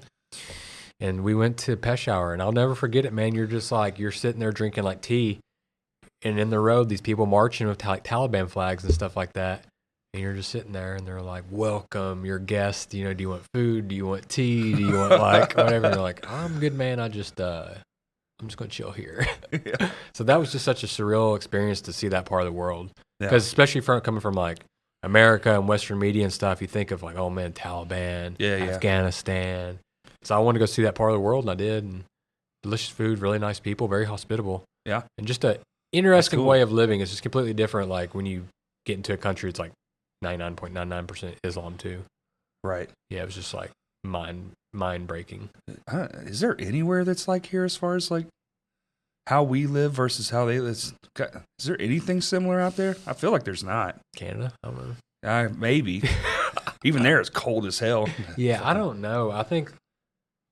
But I guess we have the Midwest where it gets so cold there too. Right. I guess here we're like, America, we like our space. You know, space. We're like, I want a big house, big white land, fence, big land, and everybody got it. Yeah, and everywhere else, like Europe, Asia, people are on top of one another. On top of each other. Yeah. Tight too. So like, there's no space between the walls they touch. No, man. I used to have like I used to live in like tiny apartments. I think they would blow a lot of people's minds. Like out there in the... Yeah, like in Vietnam and other places where... I don't know. Thanks to YouTube, you can see like there's like hotels where it's like a tube. You just sleep in a tube for a night. What the fuck? Crazy, but... Is that what it is? I've done plenty of those capsule hotels actually. Because when I was poor and I was doing, first starting trying to get the channel going. How much could it possibly be? They were like $5-7. Yeah. All you need is a place to sleep. Yeah, exactly. Yeah. So... Unless you're claustrophobic, then you're fucked. It's pretty cool. It's actually pretty cozy. Is it really? Yeah, it's more cozy than you think. I mean, communal showers and stuff, not great, but whatever. I mean, whatever. You just go in there and do a tour shower. Yeah. Hit the pits. Scrub the no-no zone. And problem is, it's one of those places where it's like Arkansas summer 24/7. So you definitely constantly. You just want to shower 4 times a day. Yeah. Yeah. Ugh. Yeah. So. Like Texas in July. Yeah, it's terrible. God. Gross. It's not like that all over Asia, though, right? No. I mean, like, clearly Northern Asia, like, Japan, Korea, they have the seasons. Oh, Japan has, like, the most snow of any place ever. Yeah. It's unbelievable. It's closer to Russia than you think, too. Or it blows my mind how close it is. Yeah, you look at the map and you go, damn, all that shit's, like, right there, man. They're all, like just kind of on top of each other. I thought I thought Russia was next to Ukraine. Why is it next to Japan? Like, you forget, like how fucking long it is. It It is, kind of yeah. hurts your head. You're like, what? Or like here, you can drive 12 hours and be in the same state. There, you would cross through like 7 countries. That blows people's minds in Europe because I'm like, oh, I got to drive like an hour to get to Little Rock. And they're like, I'd be like in the Germany next or country. some Yeah. shit, yeah. Finland. Yeah. In Poland. Oh, we are a driving country. It is gotta crazy. be, though. Yeah, because it's so freaking big. Mm-hmm. It's so staggering. I drove all the way to California and back, and we went through. So we went kind of like in a U shape. We didn't take the same way back as we came. So like we were just kind of like on an adventure. And we went through Texas, and we were in Texas all day because we went across, like at an angle across Texas. Western It was Texas, unbelievable how long we were in that state. Yeah, it's like with Florida. You used to drive like Oh, down it? down. Oh, yeah. You're like in it for Like 18 hours. You're like, are we ever going to? But what's weird is it's only 2 hours across. So you Yeah. can get from each side nothing, but you straight down. Tennessee's the same way. If you've ever driven across Tennessee, you're like, we're never going to get out of We're Tennessee. never getting out of this damn state. And then We're stuck forever. finally you see like North Carolina. You're like, oh my God, thank you. I love Tennessee, but it takes everything in you to get on the other side of that border. Right. I would love to explore more of the U.S. I think like after exploring the world, I was like, damn, there's a lot of cool stuff here. Oh, so much. Yeah, that I don't really think about. I mean, even close to here is a lot of cool things. Oh, for sure. I mean, just the South, you got so much stuff. I mean, there's so much, especially if you get into like the wilderness aspect of it. Mhm. Then I feel like it's infinite. Have you ever Right. been to Montana? No. It's the most beautiful freaking thing in the world. Well, It's crazy. I've always told people this, like, I've come back internationally. I've always landed at different airports over LAX and, Dallas and New York. And it's like you're in a different world in each airport. It never feels like you're in the same place. Like Dallas DFW airport feels a little different than, JFK in New York. Oh, for sure. Yeah. Which feels a little different than LAX. So you're like, damn, this is all one country. And it feels so different everywhere. You start doing airport content. Yeah, I guess. It just amazes me. You can like land in Denver, and Denver feels nothing like Little Rock or something. And it's only a 2-hour flight. Right. So I thought that was fun. I don't fly either. That's another big You don't problem. fly? God, Just no. won't do I it. flew once and the airplane broke. It fucked me up Yeah, I'm used to forever. that. That's good. Oh, yeah, That's it's fine. Yeah, they Yeah. just break. They fall out of the sky. Sometimes doors fall off. I'm used to it. That's what happened. Yeah. The ceiling fell off and the doors all flew open. And I was like, well, that'll be the end of that. Okay. I'll drive. If I can't get there, I don't need to go there. You can drive all the way to the bottom of South America. That's pretty good. That's a long drive. Good. I've seen people bike it. My Alaska buddy down. did that. He made a bunch of money, invented this thing. This company bought it. He flew to the bottom of South America, bought a bike, a motorcycle, Yeah. and drove all the way up through Mexico. Wow. Insane. Crazy. Insane. Took him like 2 years. I don't think I could do that. There's no way. I want to do. But he did it like the right way though. He like stayed, he chilled. Sometimes he wouldn't he wasn't just driving the whole time. He'd just like stop in a city and hang out for yeah, a week. hang out, chill, do whatever. I've had too many near-death experiences on bikes driving countries. Like in Vietnam, I took my little moped everywhere. I can't even say it was a bike. It was more like a moped. So you're just like, meh. Yeah, but everybody's got a bike. Well, bike. Bro, you see those videos? It's just chaos And that's what I did, man. I traveled across Vietnam, like all over. on a damn mini bike. On a damn mini bike. Yeah. Too many 18-wheelers coming face towards me. And just In my lane, passing 20 other cars. shit. Yeah. I'm in the right lane. Why is it coming straight at my face? Oh, he's trying to pass 4 no cars in a rules. curve. Yeah. Yeah, let me get over. Yeah. Oh, No God. rules. Lord, Man, those he's- videos are wild. He's probably been driving for fucking 36 hours. Probably. Like, Uh-huh. I'm going to get over here. You're in my way. You're stopping me from getting to my I'm not playing destination. chicken with his 18-wheeler, and I'm on this mini moped. It's like a cartoon. Yeah. Oh, that's terrifying. Yeah. That's good. And it's just like, my girlfriend was Vietnamese, and she'd fall asleep in the back. She'd just be like behind me, and she'd fall asleep. What? Yeah, she just like, it was calming to her. She'd just fall asleep. Just But fall asleep on the back of a motorcycle? While we're going cross country, going like, I'm Motorcycle? well, yeah, a little moped. Yeah. Me and like trying to, I'm hauling ass as much as I can. At least. Right, like 45, 50. If she'd have a bad dream, she'd be like, oh, I'm like, oh, fuck. So, yeah. What's the cheapest place out there that you've been to where you're like, you got there and you were like, damn, Vietnam's pretty cheap. I'm rich. India is very cheap as well. I mean, if you're just going for food, you eat a meal for like 50 cents. That's pretty cheap. Just like right off the street Yeah, too. Vietnam, Just right there. same, just like $1. That's fucking crazy. Probably like everything all in all. When I first went out there, like Vietnam was one of the cheapest. I've heard it's not like expensive to get out there. You just have to get out there. You That's get like out the there. most expensive part. You're fine. Like countries like Thailand used to be a lot cheaper, but because tourism, Now it's like they can make real money. yeah, they've prices have like doubled and tripled recently. But what does that still make it though? If it double and triple sounds like a lot, but if it comes from $1, it's only $3. I mean, you can still find meals that are like your $4 to $8, but if you go to like these Michelin places, I'm talking just like Michelin street food, not even like Michelin starred. Michelin starred street food. They don't get the star, but the Michelin's like, oh, you should eat here. I see. It's like their Bib Gourmand or whatever. Like they can get up there. Okay. Yeah. Like here, like $15-$20 a person. Yeah. Okay. So regular. That's $1 for a meal is incredible. It's amazing. I mean, I don't know what that would even look like here. Half of a candy bar. I don't even know what's $1 get you. I don't even think they can call it Dollar General anymore, can they? I mean, they do. Well, Dollar Tree because it's $1.29 now. But they're all closing. Yeah, that's not very sustainable. Not anymore. You're screwed.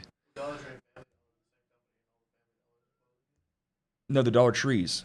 Family Dollar's out by my house is still there. They took the Dollar Tree out.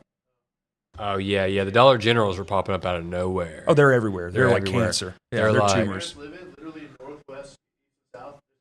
I have 5. I live in a town like it's like 3 different cities, kind of like in between 3 different cities. I can get to a Dollar General no matter what direction I go within 5 minutes. It's like some military strategy or something like that. It's some like, kind of it's crazy like getting thing trapped they're in. doing. Dude, there's one like in my, I guess like hometown I call, which is like 170 people, but they call it like the Poen Mall.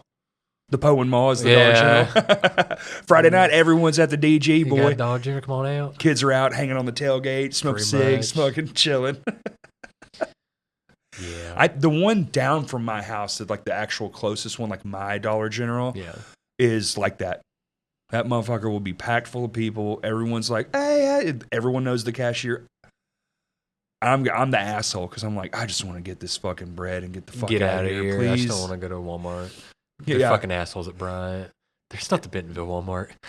The Benton Walmart's great. The Bryan one has turned into a fucking nightmare. Okay. Yeah. Well, I think that's just where everyone gets their food from the car thing. So it's like there's so many of those people with those larger, which is fine. It's Yeah.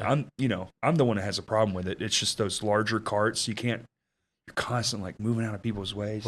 This sucks. Where are people in Arkansas going to go? Everybody's trying to get out of Little Rock. They're like Bryant, Benton. Bentonville, Fayetteville. They're building like 80,000 houses a year Okay, right they'll now. move It's up there some then. sort of fucking insane number. Here, it's like, where do you go? Just more out in this woods. Yeah. Which is happening because out where I live, for decades, it was just nothing. And now they're building $400,000 houses out there. And it'll be literally right next to a fucking crack shanty. And the people who have lived there 2 generations, 3 generations, and like there's just They get trash paid. all in the yard and shit.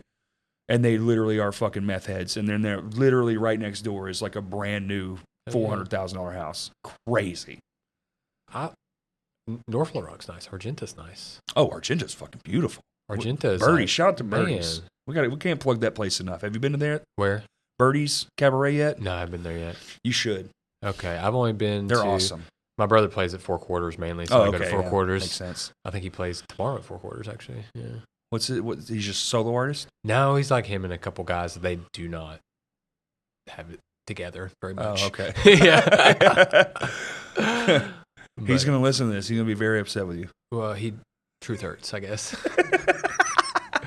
I'm just repeating what I heard. They don't practice as much as they should. Oh, well, that, it's hard to do that now. People like to call the cops for every little bit of noise there is. Right. I am spoiled rotten with great practice spaces. All my friends, they struggle to like practice or have a space to even practice. Mm-hmm. And I've just had a spot my whole life. Just completely took it for granted. Like nice places too. Not even like shitty places, like cool sheds that are like cool and decked out. Oh, nice. Or like one time we practiced for a couple years in we'll call it a warehouse, but it was just where this family stored all the stuff they bought. Yeah. So it's like their own personal storage unit. And it was just this massive room. I mean, empty. Probably like 10,000 square feet, just this other room that was attached to that other room. Go. Yeah, and we just practiced in there forever. And then now we practice in Bryant at my other friend, and it's just this awesome, like, you know those airplane hangar sheds? Yeah, it's in one of those. Oh, nice. It's cool. It's just vibey. How'd you get drawn to, like, the whole genre of music you're into, like the punk, kind of heavy? Well, Dad was rock and roll. Mom was, like, 90s country and, like, 80s hair metal. Yeah. So, like, the heavy kind of was just already kind of in there, just listening to with my family. And then, so naturally, normally you'd find, like, the radio stuff, right? So, like, MTV in my day. Things like that. And then, so it was like Korn, Limp Bizkit. That's like, I was like, whoa. And then a buddy of mine in high school was like, check this out. His uncle was in this band called Living Sacrifice. And he gave me this CD and he was like, this is real music. Yeah. And I listened to it and I was like, oh my God. Just hit right. And that was it. It's been ever since. Okay. Is it something that's like a genre that's growing? Or would you say it's more like a very, very small niche? It had its moment already. It came and went. It was, well, it's back now because nostalgia. Not trying to like be mean, but that's kind of true. Okay. It's like, it was huge. I mean, it got to major label access in like 2000, from like 99 to like 2008, maybe 10.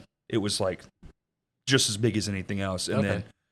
And then there was just like a fucking cliff it hit, and just every band broke up. It all went away. Like the dream is dead. Well, like I've always said, like my music knowledge is absolutely zero. But I heard which is kind of crazy because you travel so much. You'd think you'd have like a broader.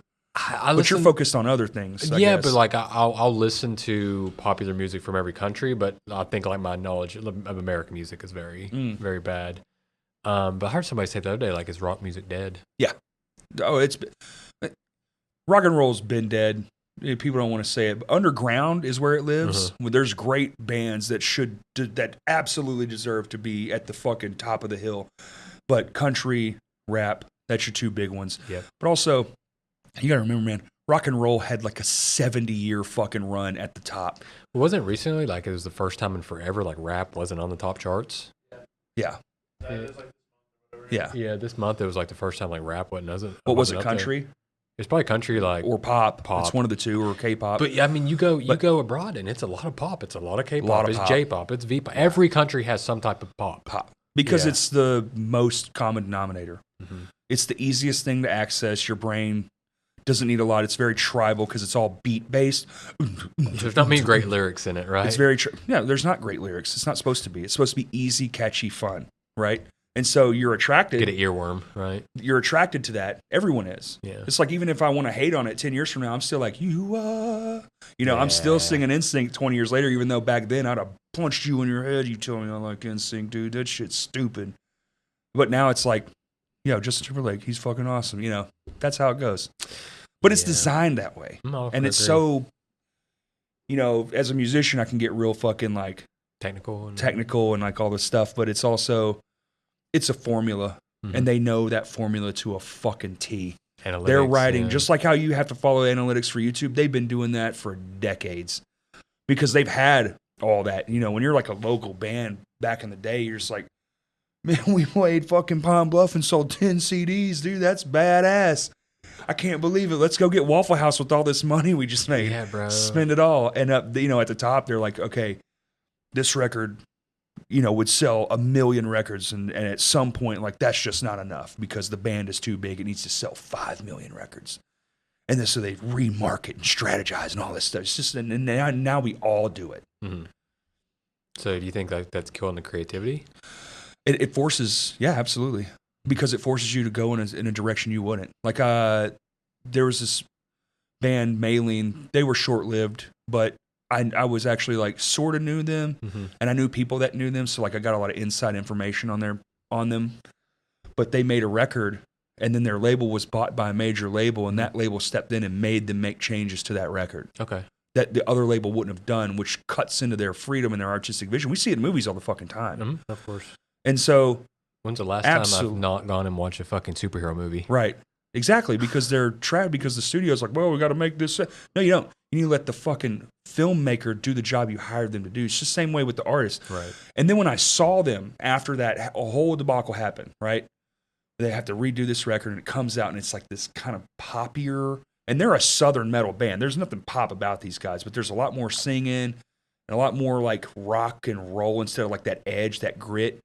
And then when I saw them, he comes on stage and says they can make us record it however they want to, but they can't make us play it however they want to. And they played the original versions of those same songs, and it was fucking awesome. Mm-hmm. I was like, this is the record? Holy shit. Yeah, I think you see a lot of artists now that maybe grew up like, oh, I'm really attracted to pop, but the marketing pushes me towards country or something absolutely. like that a lot more. Oh, they're going to, whatever is popping, for lack of a better term, that's where they're going to trend to. And they're going to force everyone. It's like, it's why hip hop exists, the alternative, all these new genre terms that are coming out is because that was popular. So now we're just going to dump just money.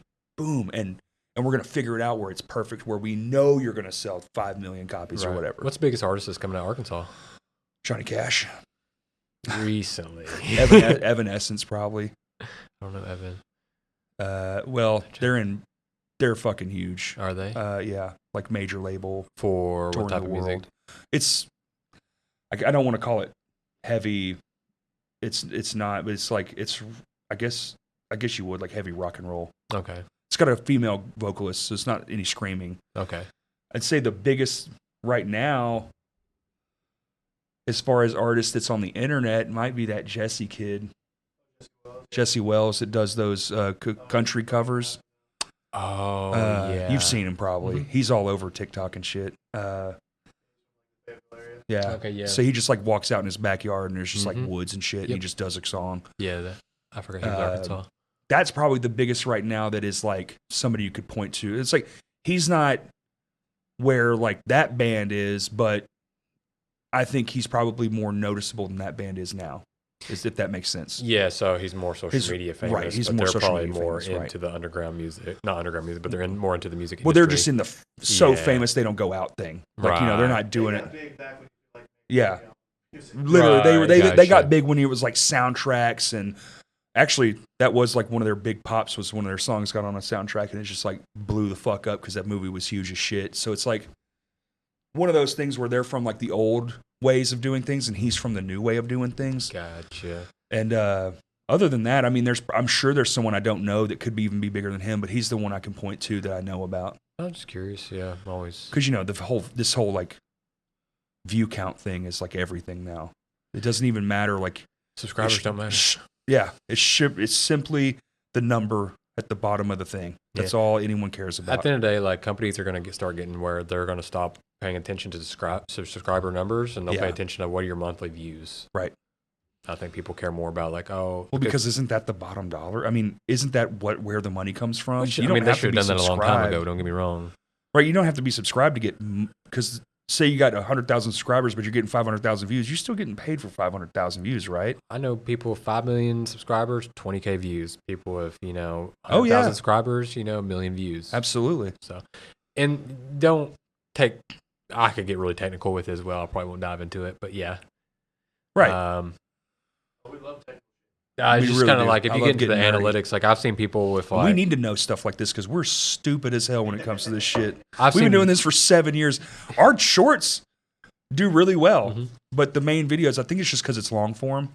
The average has been the same for years, which it doesn't really falter, but it's been the same.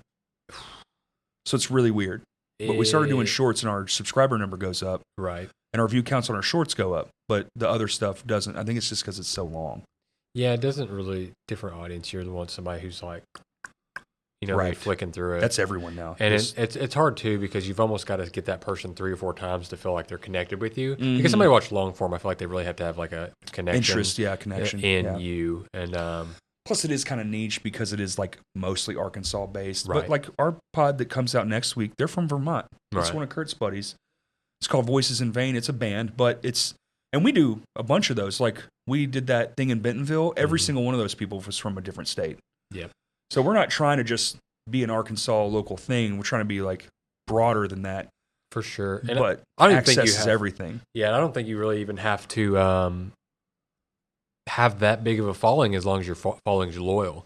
You know, I'd almost rather have Oh, they 1,000 are, people man. who are die fucking hard than I would 10,000 people who don't give a shit. I think I'm right there with you on that one. Yeah. Because it makes it funner, at least. Makes it You fun. have an investment in your community that you're attached to. Makes it fun. People actually give you feedback if it were ever to have a product that they would, you know, buy and support. And that means Right. more. Well, that doesn't happen. Our lovely T-shirts. We've done 2 runs of 2 different T-shirts, and we've sold fucking none of them. So I'm done. I told Kurt I'm done. Yeah, I'm never making another T-shirt in my life. Are those here, by the way? They're Damn it. Okay. Merchandise is a hard one. It's hard. I mean, I feel like everybody has. Do you have it? No. Do you have merch? No, you never dove into that. I never wanted to do it unless I had something that's really unique and different. And I just never had that thing because I'm not just gonna like put a catchphrase on a shirt and try to sell it because I just like your feel, tattoo, pork chop, or whatever. Yeah, you know, if I can do something like that, do it to my body, but I won't do it to my followers. Your followers. Yeah, I don't want to put this on them. yeah, I don't want to do this to them. So, I mean, you know, a lot of gamer streamers do merch. I've noticed.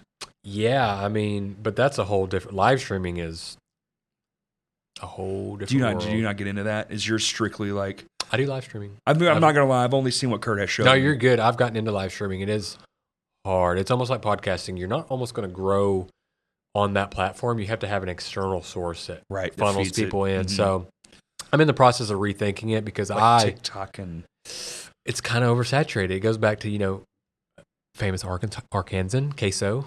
right. He blew up by doing a lot of TikTok, but now everybody does it.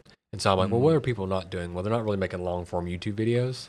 So I'm going to make long form YouTube videos that come from live streaming, and hopefully they funnel people in. So we'll see. So you just do them and then put them on a second channel. Here's Yes. my long form content. You could pretty much just like film the live stream and then take it and cut it up and then put it on as a YouTube Oh, so you video. go back and edit it. Okay. Yeah. Okay. Yeah. So if you don't edit it, it pretty much could be like a VOD. And that's a lot of people Right. post That's their the word. VODs. VODs. Yeah. But I would actually make like an edited version Okay. of something. I don't know if you know who Ludwig is. Ludwig is one of the more famous live streamers, but he also has a YouTube channel. Why do I know that name? Yeah. It's also a drum company that kicks ass. Ludwig. Yeah, I think I do know who that is. Huge into gaming. Like when he first started, was big into Smash Bros. And kind of grew from there. Yeah. Gaming is kind of not my thing, but don't worry, my music. but that name sounds really familiar. okay. I mean, I know like the popular, like the Ninja guy and all that stuff, Yeah. but only because you know the media shows them to you. Exactly. There are some people who stream and you're like, well, they have like 50 million followers. Like I've never heard of this person a day in my life. That's crazy. It's probably about my music knowledge, honestly. Oh, yeah? I'm so like I'm bad. I don't know. So that's wild to me. All that traveling, you think you just have fucking headphones in, just listening to all kinds of shit.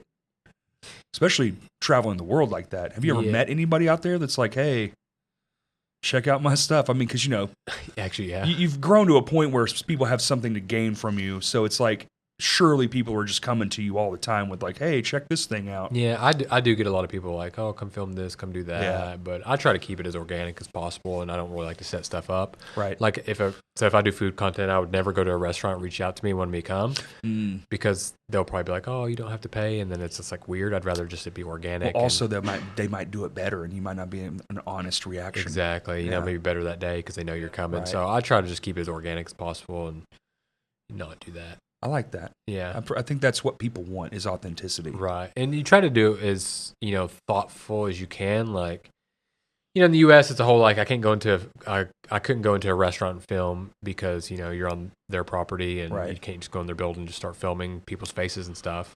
But you like have to blur out everything. Yeah. And some countries are like that. But for the most part, like in Vietnam, I lived there so long, I didn't want to piss people off. So I had like an assistant just be like, hey, he's going to come by and film on this day. That's about all I would do. And they'd be like, yeah, come on. But I wouldn't like have the restaurant set up. Do you try to go, like, do you like stake out a place and be like, all right, 3:00 on Tuesdays, there's like no one there? Yeah. I try to go when nobody goes. Yeah, so yeah. like if they open, I get there as soon as they open. Because usually they're not going to have people because I hate being a nuisance of people like they just want their food and then I'm there filming or something. They're trying to have just a day and you're like, You know, hey. people are just trying to live their lives and like I'm not any different. I'm just trying to live my life. So I'm not trying to, you know, enforce what I'm doing on you. them. Yeah. Yeah. So that's why I switched to an That's action thoughtful camera. of you. Yeah, no, that's why I switched to an action camera. Instead of like a tripod, like our setup where it's like very noticeable. Yeah, and now I use a camera. It's like that. You just stick it in the corner. I was so worried because I was like, damn, like it's so small, the shitty quality, but nobody cares.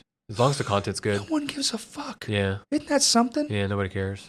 People actually like it better because there's no bokeh, there's no like that zooming. blows my mind that we spent decades trying to get the best thing, Nobody gives a and shit. now with the especially with this whole number, Yeah. fuck it, Yeah, no. nobody cares. That was the hardest thing for me to let go was like the quality of my DSLR. And then my buddy was like, you don't even probably know this. Sony had this little fucking action camera. It's super old. Like you can't even see what's the happening. Webby?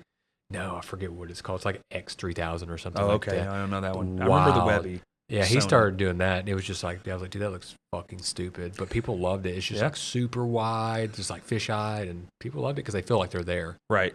You almost feel like you're a fly on the wall. Wider angle, I feel like definitely helps. Yeah, the wide angle people love because it's just like almost more natural, I guess. People I just think feel so. like they're like, oh, I feel Well, like you I'm get there. more. You get like the human brain.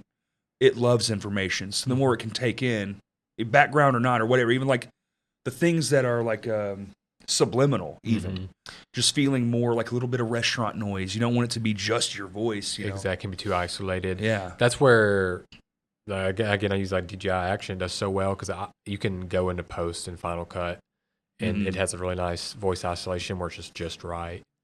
So I don't really have to do any editing. That's awesome. Yeah, but people Mine is just cutting out all the filler. cutting out all the filler, but people again want to see this stuff. Like I think people have a higher retention rate with videos like that because half the time they're watching the people in the back of your video. They're like, look at what that guy's doing, instead of just what your face. I mean, some of the funnier moments are the things other people are doing. Like when they're staring at the camera, they're just jawing down on a fucking... Yeah, I mean, how many times am I eating street food, and because I'm a foreigner, I have like 10 people behind me watching me, but I don't know it. Right. My camera's picking The it camera's up. picking everything up. People love it, yeah. It's probably good that you don't see it because that would be distracting to you, and then it would just become like a conversation piece. Yeah. Oh, hey, how you going? Yeah. Yeah, it happens, and you have to cut out a lot of talking because a lot of people are like... I was gonna ask. So when you edit, we can get kind of in the nitty gritty there. When you edit, I know I do it here sometimes when I have to edit something. I use sound waves more than I use the video because I kind of can see where something was going wrong or like where somebody got too excited, and I know it's going to be blown out. You know, that's interesting. If I was cutting out like the first run through, and I'm cutting out the big chunk of filler, I'd look at sound waves. Yeah, just because you can see that dip, and I'm like, okay, nothing was said during this time. Right. Yeah, that's what I'm wondering. Yeah. No, that's how like quick edits. I do my first quick run through. I don't really edit my stuff much anymore. I have employees. Nice. But I used to just always do. Kirk, get fucking employed, dude. Yeah. But yeah, I go through the sound waves, and then like you can just really fine tune stuff. Yeah. I'm pretty annoying when it comes to like how something's cut. Like I hate you get too OCD about it. I think it matters. I really like, because like if something's wrong for a quick second, people are like, I'm out. Oh damn. Well, maybe that's our issue. We edit fucking nothing. You don't have to. People love that. No, it pisses everyone off. Kurt actually reads the comments, which I think he's insane for doing, but they just say hate everything we do because it doesn't show anything. We don't edit like the little clips. The shorts, they're just cut out. We have a thing that just does it. That's fine. But its brain is like searching for the thing that's going to get the most attention. It knows what it's looking for. Oh, is it AI? Yeah. Yeah. And then I just go, put it on the fucking internet because this is what people asked for. So this is what they're going. I'm not going to sit and fucking everything. Yeah, but dude. It also knows to like leave certain things out so that they'll hopefully go back and watch the podcast. like your racist comments. Yeah. Hey, it hides all the right before you say the N-word, it just cuts right off. Oh, nice. Yeah. Which would actually be funny if it posted that part of the conversation and it just cuts. It is very smart, and what's creepy is how intuitive it is with the camera angles. It will take a camera angle that's not even in that shot from another point to show a reaction to something that they didn't even react to. Yeah, AI's cool. Chilling. It's chilling. It's bone chilling. I hate it. But people want shorts, or YouTube algorithm wants me to feed it shorts, and I don't care. So I go, well, this thing is $20 a month, and it will do it for me instead of having to sit and have like Kurt or Maddie like write down like at 9 minutes and 24 seconds, a funny thing happened or something serious happened, and go find that. And then who's to say what's the right length? Right. What's the right amount of time? So instead, I free myself from that. I put it in a device. It oops it out. TikTok absolutely hates it. I'm sure. But they watch it 100,000 times. That's good. Like goons. No, that's good. I think I've started incorporating more AI with like my employees and be like, hey, look, I know you are searching for an image for hours trying to find the right image. I'm like, just use this AI. Like, I need an image of this, and bang. It's not always perfect, but it works out pretty well. Are you on the whole like multiple thumbnails in case one's not working well kind of thing? Well, you can do A/B testing on YouTube, so you should.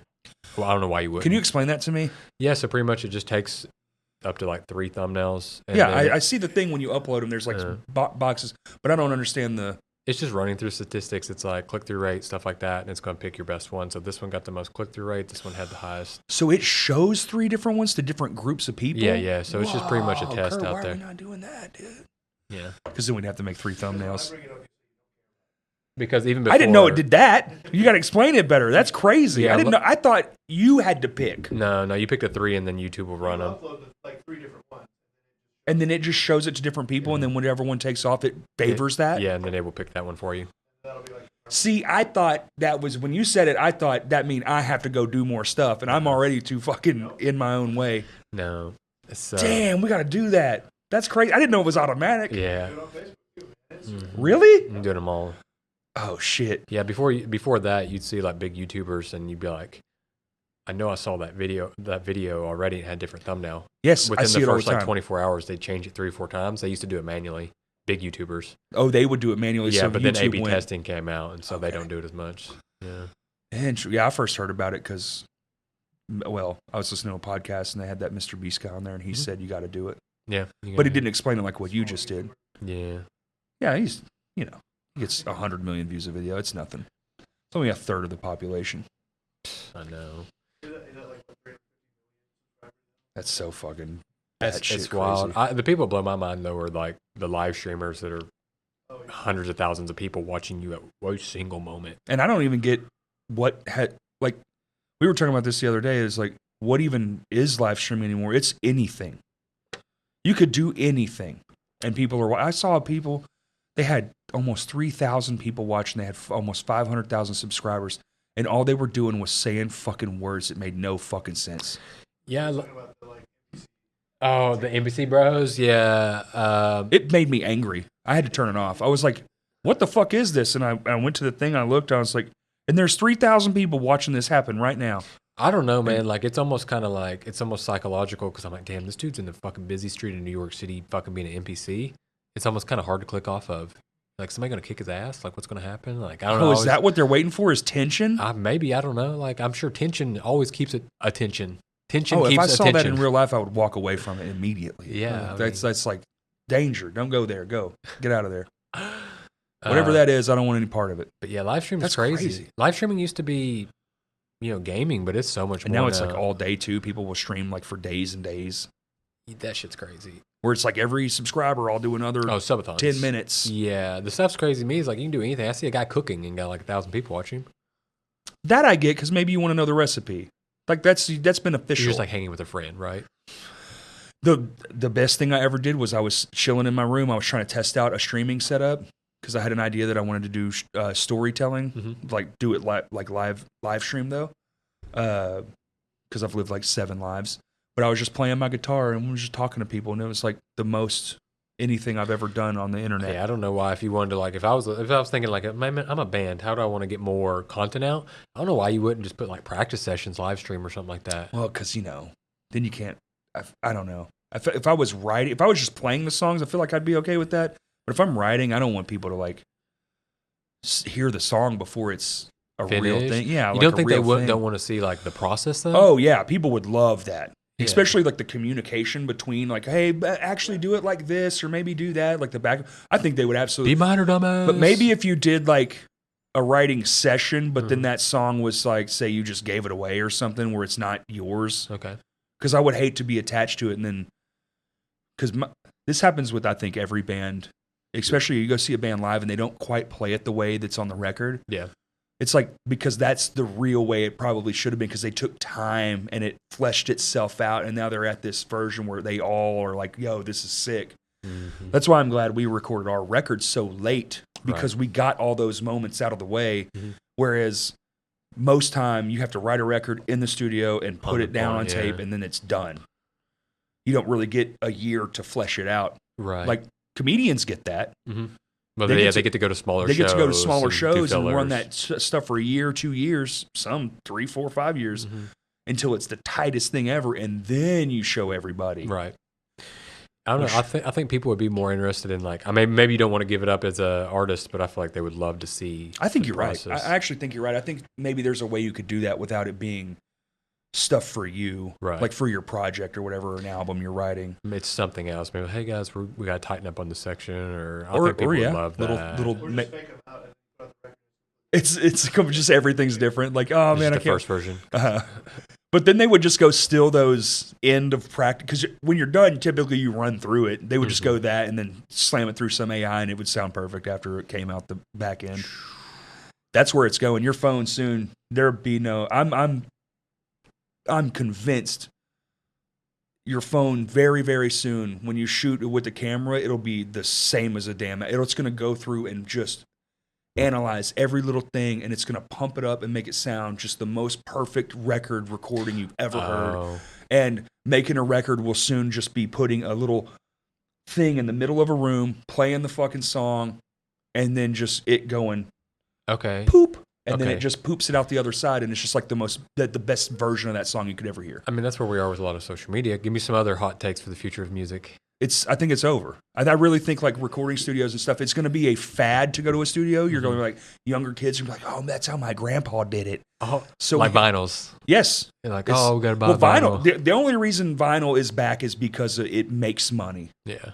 Especially for like smaller, like and even the big ones are doing it. The big ones do it on such a scale now where there's so few record pressing plants that they will bump orders for other bands because this big artist. So it's like, oh, you were waiting 6 months. Well, now you're going to be waiting a year. Damn.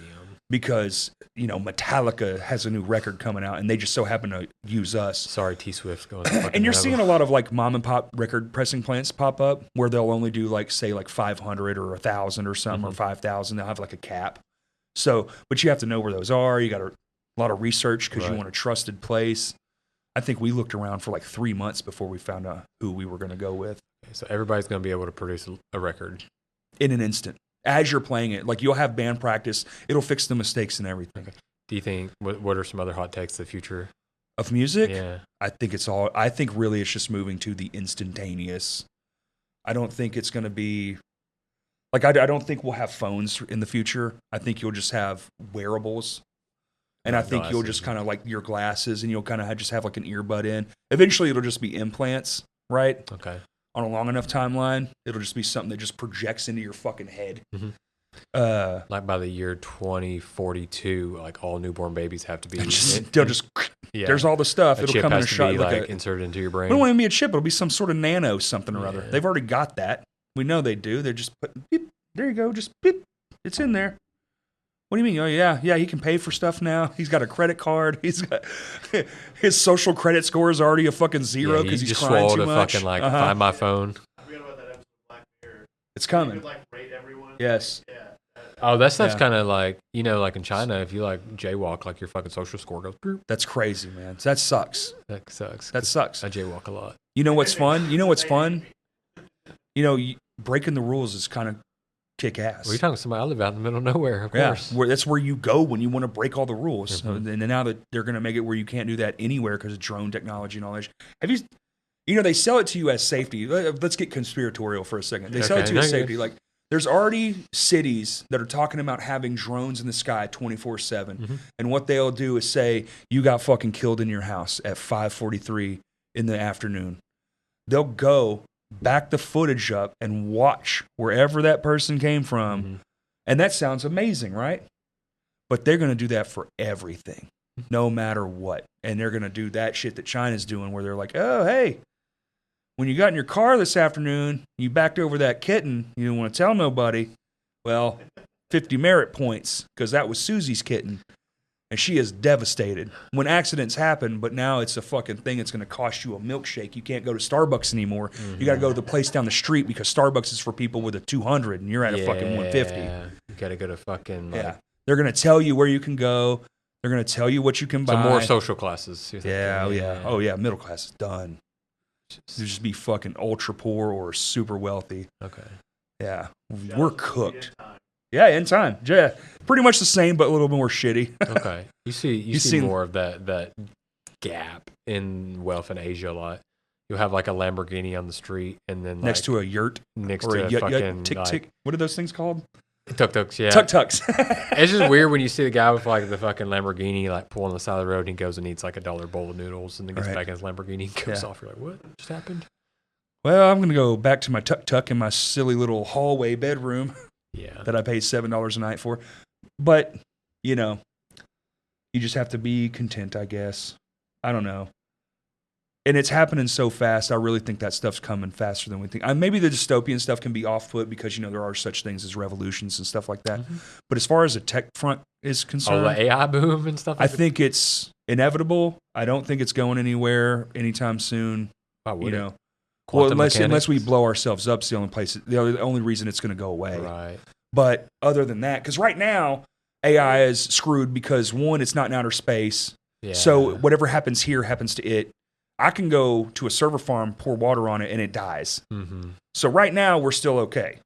But once all that changes and you can't get to it in an instant, that's when shit's Like going when to they're start putting getting it real underwater, dark. like in China, to help Right. it cool off. Right. It's hard to get to. Just yeah, I don't know. exactly. I mean, we've always lost. I mean, how much more advanced as civilization would we be if there Don't- weren't these times don't- where we lost so much information? But you get it is good. Like there's no more fucking horse buggy people, except for like in New York City parks and shit.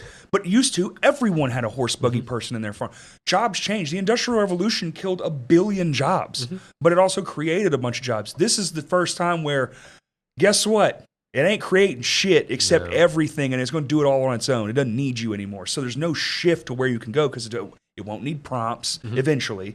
It won't need any of this shit. You'll just be at home going, Home Alone was cool, but I want Sylvester Stallone to be Macaulay Culkin now. Wasn't And it? it's going to go, perfect. Here you go. Here you go, like a little fucking genie. Yeah. Ta-da! And you're going to be weird and in a little fucking... Have you ever seen Ready Player One? Mhm. The stacks? Yeah.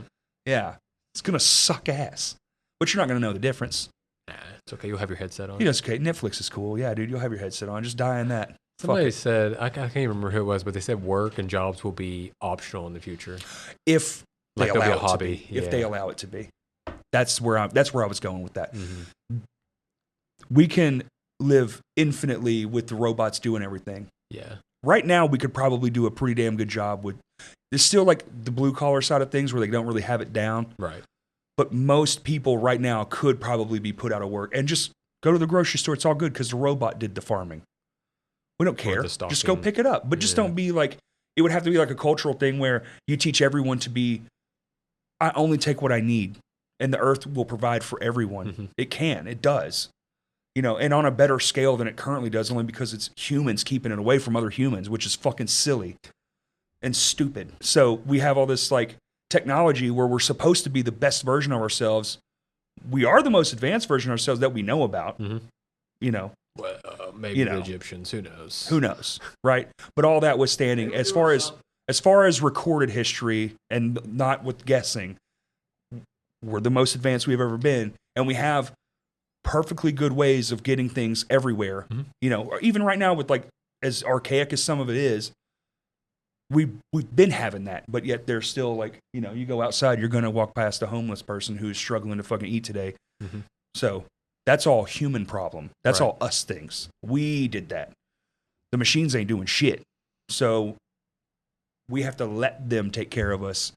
But what happens if they don't want to take care of us Ooh. and they just see us as a virus, a cancer? They're probably. Do you think they'll see us as a virus of cancer, or do you think they'll feel bad for us? Like, oh, what a stupid. Depends on human. who makes it. Yeah. And if it's really I think they're going to sell you sentient as, and it's going to be fake. It won't be actually awake. I think it'll be so advanced your mind can't fucking comprehend it, but it will still be at the behest of someone behind the scenes telling it what is good and evil, instead of it being this all like almost godlike thing where it can just show you mercy and be like, hey, no more wars, no more bombs. We destroyed all that. The robots took care of all these things. This is what life is. And if you're evil, we deal with you. That's it. And that's, you know, Yeah. then you get your utopia, but that's probably not real. Okay. Interesting. That's just how that was a wild conversation. What do you think of like the Neos, the VR? Well, I guess some people call them VR, but like the humanoid robots. Have you seen Neo? No, Neo, like Neo. these robots, you can buy them for like $20,000. Oh, But they're they like come in your house and do your dishes and stuff? Yeah. Oh, shit. I mean, yeah, that's what's going to start. Self-charging, so it Yeah, knows when of it needs to course. go over, it grabs a charger. Just like the little robot, the little vacuum cleaner. But it's humanoid. Right. So it's like, oh, Neo, I don't have my glasses. What's this say? And it's like, it's paprika. Damn. Yeah, it's like So it's just like right there beside it's you right in the then, kitchen. like it's like in the house. Like, Jetson style. hey Neo, like apparently it knows. Like if you're having a conversation with another person, it won't interrupt. If you're like, hey Neo, it's like yes, like it knows when you're talking to it. Whoa. Yeah, so you can actually, it can do dishes. Apparently, it can clean up. It's supposed to help you if, like I said, if you forgot your glasses, you can't see it. So see, imagine everybody had that, and everybody had a little home and all this stuff, and food's taken care of because the robots did all the food. Yeah, robots And do. you just, all you have to do is exist and do whatever a human wants to do, which is like most people, you're like, oh, when you were a kid, what'd you want to do? Instead you get that beat out of you. Right. Well, not beat. Well, some of us got beat, but Belted out of you. I took a couple fucking Belts. I took a couple belts to the backside, But yeah, and a lot of them were deserved. But also, I don't know, man.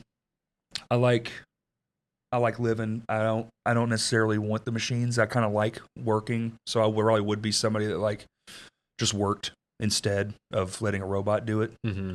But there's no stopping it. Also, I'm also like on that side of the fence. Like I complain about it, but I'm also like, well, yeah, but it's coming no matter what you like. So It's definitely coming. I mean, definitely with the fast advance in AI. But what happens when you start putting quantum quantum computers? That's with when it it as all well. is. Yeah, that's when. Then you're talking everything about changes. AI's like capabilities with the fast processing of a quantum computer. You're Well, like, and they wow. might have, and they might. Have you seen that thing where they think because this quantum computer solved an equation that should have taken, like it's some crazy, like the heat death of the Earth should have happened before it could solve it. So they the theory is like they basically proved that it's attached to multiple universes because the power it would take to actually create it. So like the quantum realm is like that quantum entanglement thing where everything is entangled, even multiverses are entangled with each other. Like there's a you and me right now doing this, but you're the host. Right. Like that whole thing. That's an interesting one. So then it's just like when everything becomes infinite, I don't know. In my mind, I kind of like this version of like there's things we could do better, but if everything's like infinite, like your knowledge is infinite and the things are infinite and there's not a lot to do, I think I'd still just be a guy with a fucking guitar writing riffs. Like, well, now I just have more free time to like do kick-ass shit with my friends. Right. I don't want to do riffs. nothing. What do you want me to do? Sit and learn fucking math? Why? This thing knows everything. It's God. Why would you need to learn math? Yeah, why would I need to do that? But I'll go this way. Like, why do you think we're going to be so disconnected from robots? Why wouldn't we become one with the robot? So why Like, would we just not become bionic? Or yeah, well, there is you that. know, with advancements in technology, why would you not be able to be able to alter your genome?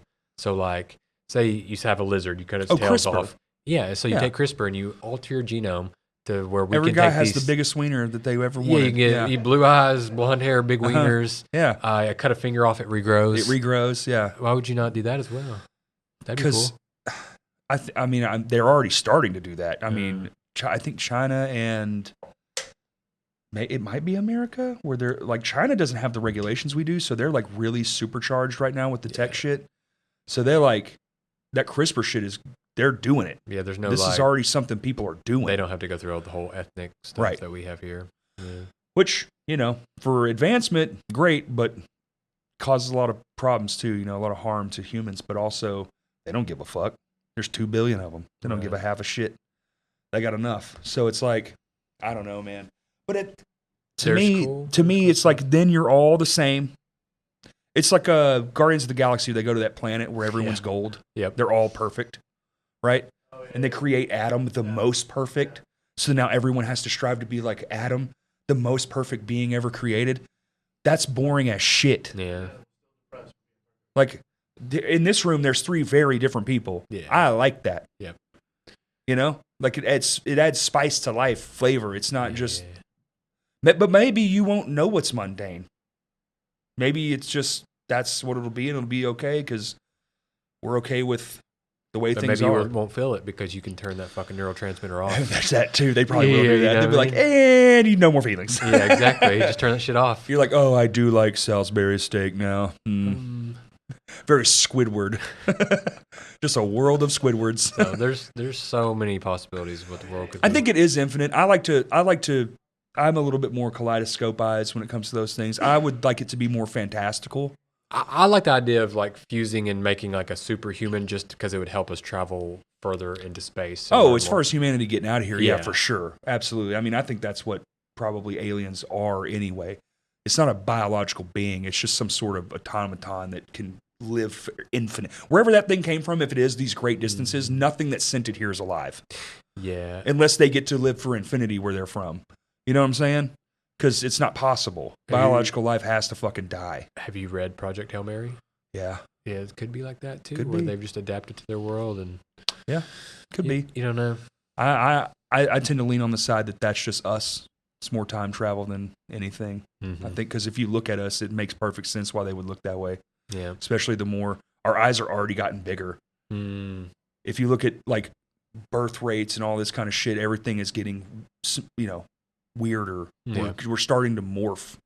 Microscopic shape, you can't see it, but on a long ass timeline you can. Yeah. And now we've been around recording human bodies long enough where we know things are changing. Oh, for sure. I mean, we're always changing. We're always evolving. I mean, it could be like Wall-E, where we get to outer space and then we're all weird and we have no more bones and we're all fat and we drink humans for fucking sustenance. I didn't know they were drinking humans. They were drinking humans though, They were, yeah. because they only brought enough food for 70 years and they were out there for 700.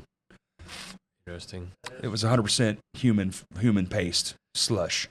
As if we've not had. Well, there's plenty of As cannibalism. if we've Yeah. not had cannibalism before. Well, cannibalism is built in. You need food. You don't want to die. Yeah. The brain will just make you eat people. Man. People feet. It's so funny. Carl, I didn't know I couldn't eat his hands. You're talking about this wonderful future, and then you're gonna read one comment from YouTube, and you're like, "Oh, we're so screwed." Oh no, So they fucking dude. YouTube so comments many are idiots out actual here. poison, dude. They're such poison.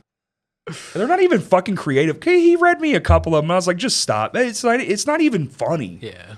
Like your hate, it's just hateful.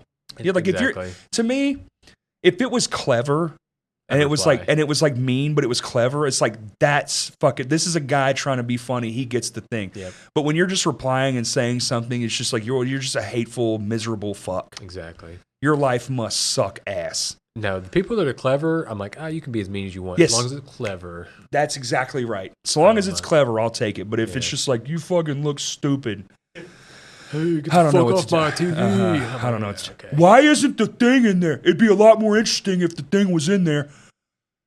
You're typing this in on your fucking supercomputer. All I'm saying is you watched it 6 times while you're typing that. So Yeah. it's in our benefit. Right, exactly. There's one where I talk about a guy who smashes a guitar over another guy's head. It happened at a comedy club. Yeah. The guy came to attack the comedian. He fucking whopped him with a guitar. The AI thing, he thought that was a good clip. Well, and then somebody's like, "Well, where's that clip?" I wish the clip was in the video. You could just Google comedian hits guy with car. You're on YouTube. It's Google too. Trust me, I know. It's better than Google. I think it is I use it for a search engine way more than I use Google. It's sad how many videos I love that are fucking AI, like Sora videos, where I'm like, That shit's getting crazy. I think that's AI. Ooh, I don't know. I don't know hope anymore. so. I don't. either. I don't even believe anything I see. I'm already there. That's sad, isn't I'm it? too It's gullible. gotten to the point where I was talking to somebody. I was like, I don't believe anything I see anymore. Mm-mm. I don't believe a single Literally thing. 2 years ago, it couldn't make Will Smith eating spaghetti look real, and now know. it's like I don't know if Will Smith even eats spaghetti because it looks real as fuck. Yeah. Have you seen the Sora version of the same meme? Mhm. The original Will Smith eating spaghetti one, and then the new one. It's like, oh, we're in trouble. This is only 2 years apart. These videos are Yeah. only 2 years apart, and I don't even know if it's a full 2 years. Mhm. The hands thing, it figured that out in Fast. like weeks. You can't tell me AI can't make a better fucking video than me. I'm sorry, but it just can't. Probably can. It can already. It's already doing podcasts. Mhm. There's already AI powered podcasting. There's like all these, Congress and the Senate. They're all trying to make laws to make sure you have to stamp it. Like this has to be To have a disclosed stamp with the AI, yeah. like a watermark of some sort. But this is the whole battle with that. Is like they're always going to get around that. They're always going to tail it with some other form of technology because they have 1,000 people working for them, and then they're against the whole world. And these kids are smart as shit, and they are bored. Right. So they're always going to be finding new ways to get around all those little you have tos. Yep. Well, we put a little nodule in there, and it makes it where it knows it's AI. Yeah. And they're going to go, click, now it doesn't. And you're not going to know if that dog that little girl wants to pet is a real bear or not. They're just add whatever they want to in. I'm still not too sure if that cheetah took a real baby or a AI baby. Yeah. I don't know. Yeah. And even like it starts, okay, because it always starts like, well, it's all like, when you're on YouTube, you start watching a video and you go, is this, I'm constantly like, is this real? And go to the comments and somebody will be like, AI. You're like, I'm like, is it though? And then I'll go back and I'll look and I'll watch the video again. I'm like, I don't know if it's fake or not. What's bad is when I've been tricked. I'm like, oh my God. And you go to the comment space, AI. I'm like, oh, especially if it's like something in the news. Yeah. And it's like, it never happened. Yep, exactly. It's just fake and the whole world bought into it. I'm like, we're all stupid. We're so cooked. We're so cooked. We can't even figure out headlines. Well, it's already so good. We can't even figure out what that is. Well, I think because you do social media, but you're kind of like, man, the ability to twist a narrative is impressive to me. Oh, baby. And now no one's reading the story. It's just like, oh my God, 500 kids died. It's like that never happened. Yeah. Never happened. People have a bad habit of reading the headline and never clicking on the article. But you click on the article, it says the same thing 200 times. The information's at the last two sentences. It's the last paragraph, and it's never what the headline was about. I know. It's like, what are we So doing? bad. And then there's so much of that you just eventually stop, which is like, it's like, that's a huge negative for people to stop reading because they can't trust it. Boy, howdy, we're in trouble, because we're information beings and we crave it. Yep. It's like all we want. All I want to do is learn new shit all the fucking time. Mm-hmm. I agree. That's why sometimes it's best just to disconnect. Disconnect, man. Go outside and chop some fucking wood. That's what I do. What do they say? What do the kids say? Touch some grass? Is that what they're saying? Grass. Yeah, touch grass. You need it. Oh, yeah. Oh, are you? Yeah. You doing it by yourself? All fucking manly and shit? Yeah, fucking like I'm Amish. Yeah. Pretty much. Yeah. Fucking good. Yeah, man. No, I'm not Amish, but Are you chopping your own land down to get the timber? No. Okay. Not that far, because I just went and no. Yeah. No, that I just would take Home forever. Depot, bought a framing package. I don't have a year and a half. Yeah, no, I didn't do that. I got the 2x4s and 2x6s and all. Okay. I put it up myself. Did you put it in by yourself, or Yeah. like I'm sure your family's helping, or you got a Yeah, I team have of some people help me. Yeah. But yeah, like a little 1,200 square foot space. That's all you need, man. That's all I got. It's great. Middle of nowhere. Just putting up. Love it. 30 by 40. You doing a crawl space or a foundation? Fucking did a pole barn build. Nice. Because I'm like, I ain't fucking crawling under no damn house. I'm pouring concrete in that It does bitch. make it easy when it comes time to fix things. I will say, Yeah. when something breaks under a foundation, you're like, oh, baby. Well, actually, most of my water's running up in the ceiling and stuff, so it's just like the Okay. drainage it's under. So all I have is my drain lines under the concrete. Oh, well, there you go. Yeah, so I don't really have as much. That'll to worry never about. break. If Yeah, that I breaks, hope. something else happens, and Something's you're in fucked. a lot more danger. Yeah. Yeah. Or your house So, is gone. pretty good. It was kind of hard. It's been the hardest thing is like there's just so much going on at once. Yeah. So it's like energy needs to come this day. You got to do the application for CAW. When are you going to get this done? Oh, did you order doors? Because they take 5 weeks to get here. That's right. Are you doing custom builds? Or are you doing drop-ins? What are you doing? Yeah. It's What kind of flooring did you pick out? Like, what about your light fixtures? Hey, did you think about switches? Hey, where do you want your panels Yeah. at? Like, it's crazy. I see why people get divorced over it. Dude. I used to work at a flooring store for a little bit. Yeah. The amount of fucking couple fights you will see is just like, or the tension, like they Yeah. just fought in the car and they don't want to bring it into the room, but the tension's still there. You're like, they'll leave and you'll be like, there's no way this is There's staying the no same. We're going to throw all this away and change the whole plan. Or it's really hard to like. It's all about compromise too, because it's like I really like wood doors, but it's terrible in Arkansas because it gets really They smell. hot. And it Yeah, gets they don't cold, close right. and you don't have warranty on That's them. why we have composite everything. So you here. got to fucking do like fiberglass. And I'm like, I don't like the look of fiberglass, but 10-year warranty, I think I'll do it. Yeah. Well, same thing with like windows and stuff. All that stuff here matters. Like flooring even. There's people who want like solid hardwood. It's like, well, there's a reason we don't really do it here anymore. I'm doing concrete. Perfect. Yeah. That's what I tell everyone. If you got concrete, just stain it That's or what polish it. I'm just literally sealing it, doing a matte finish. Yep. Because my style is very It's eclectic. a little cold. Throw an area rug down. Something Lots you can of throw rugs. away. I have stuff from all over the world, so it's very eclectic. Oh, that's cool. So it just needs to be like pretty a blank canvas. You can have a lot of shelves and like. Yeah, so like in my kitchen, I'm not doing cabinets because they're expensive. I'm just doing shelves. Shelves, yeah. Because I collect like ceramics and stuff. Actually, the bottoms, I made the bottom cabinets.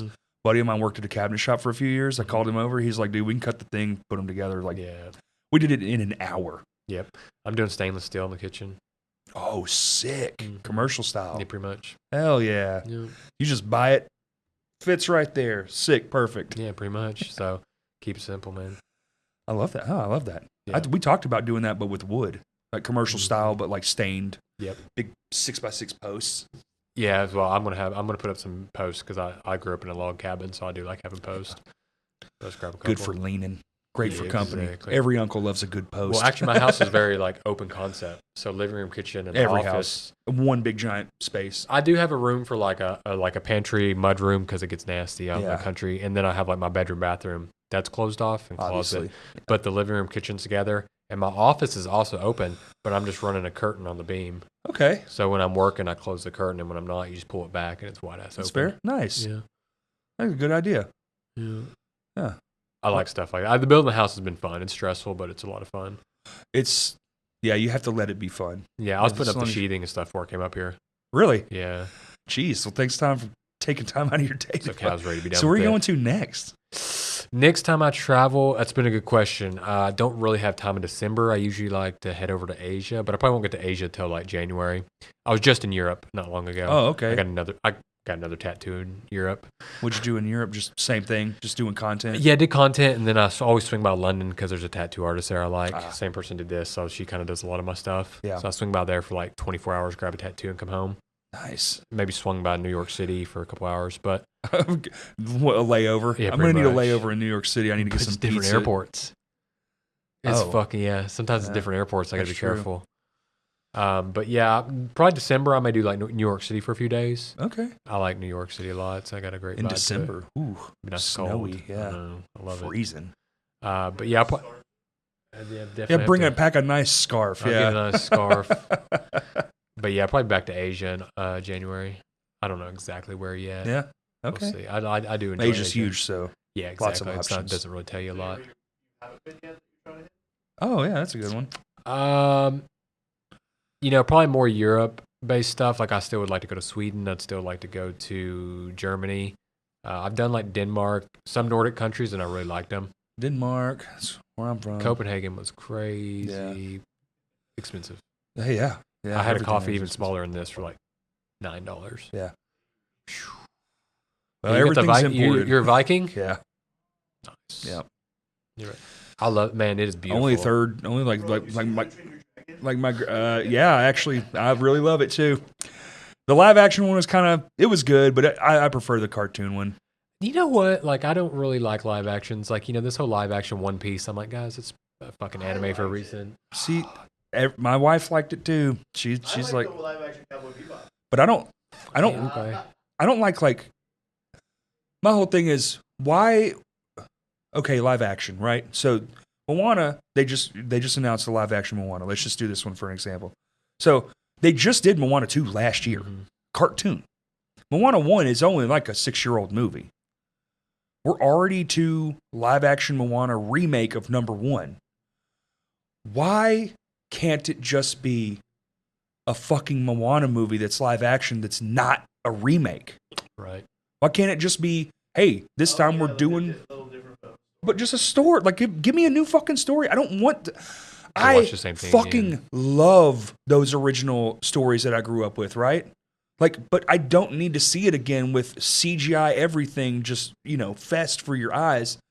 Just let it be that. And then if you want to do, like one of my favorites when I was a kid was Oliver and Company. If you wanted to do a live action Oliver and Company, don't redo it. The original is fucking perfect. That's a badass movie. Do a new story. Mm-hmm. You know? I mean, I'm sure AI can think something up. Hell, all dogs go to heaven. Do it in heaven. They're all dead in heaven. Remember that? Remember the kids movie they made where all the fucking animals died and went to heaven? Back to anime real quick. Yeah. Kids, no, I got to say something because it's on my fucking mind. It's like kids nowadays have it so fucking easy. I grew up in Arkansas where like I loved Pokemon, I loved anime, and everybody's like, what a fucking loser. You're I'm a like, dork. Our child is something severely wrong with him. Yeah, and now everybody's like, you don't fucking watch Naruto? Didn't you see that Snorlax has a new evolution, dude? Yeah, I'm like, you don't I can't believe I know that. That's true. He's got a new thing. He's got probably a new got a costume. mega evolution. Yeah. It's just wild to me how popular that shit is. Like, man, y'all don't. I fucking had to grow up and people were like, I had to hide this shit. Yeah, you did. Like, And I was probably one of those kids who'd be like, I walked so you could run. Yeah, you did. You went through a lot, dude. I was like, I would have probably been like, that's what, like that nerd shit? You didn't like the nerd shit? Like in 2015 when Naruto got popular, I was like, I've been watching this since fucking 2000. What the fuck you guys talking about? You just now like it. I mean, hey, look. And now every mall you go to, there's like But be stores that just sell a bunch of anime. But be shit. happy you persisted, man. You didn't falter, and now all the kids get to be as nerdy as they want. I know. God, they got like my nephew got so good. I'm like, man, you don't know how good you got it, brother. You got this shit on fucking streaming. Let me tell you about my life, kid. You don't know. Just sitting there chugging marbles. Staying up late on Saturday night. Wait, you're in waiting Asia. for Adult Swim. Probably like Paul Malls or something. So always I can Adult have Swim. fucking Cowboy Bebop, Inuyasha.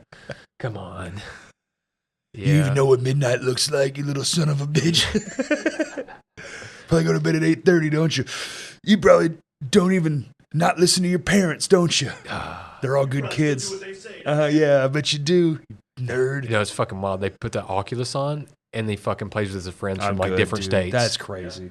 He's like, I'm like, do you See, have any friends in this state? It only takes less than a generation to make things that are so creepy, so normal. Yeah. I mean, it's like, wow, we're playing with our friends. Ooh. But you're not, though. You mean Tom, who's I'd rather- 55 from North Yeah, Carolina? exactly. I don't know. I want to get to the creepy side, but I worry about those kids, man. That's dangerous shit. Especially when you see what's going on, like the Roblox thing that they just uncovered, where everyone's a fucking pedophile on there. Yeah, pretty much. God, dude. That's terrifying. It happened on YouTube, too. Remember all those children? Those children YouTubes that got popped for being like weird because parents would turn it on and then all of a sudden Spider-Man's like killing himself with a glass bottle. Oh, yeah. They had like that creepy. And then it just goes off the rails like the Hulk's doing heroin and shit. Just, I mean, come on, man. And somebody had to make that. You're a piece of shit. Well, I think that's You should get your fucking head kicked in for something like that. Yeah, that's why they. That's that why whole they like, gotta is do this that. for children? Because, Which boy, 90% of the content on there is not. Yeah. Like it has to be specifically made.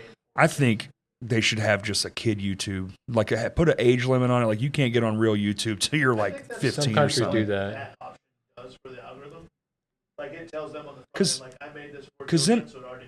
Because then on our end as adults, it makes it where we have a place, especially when it comes to like monetization, because they'll demonetize you for damn near anything. Mm-hmm.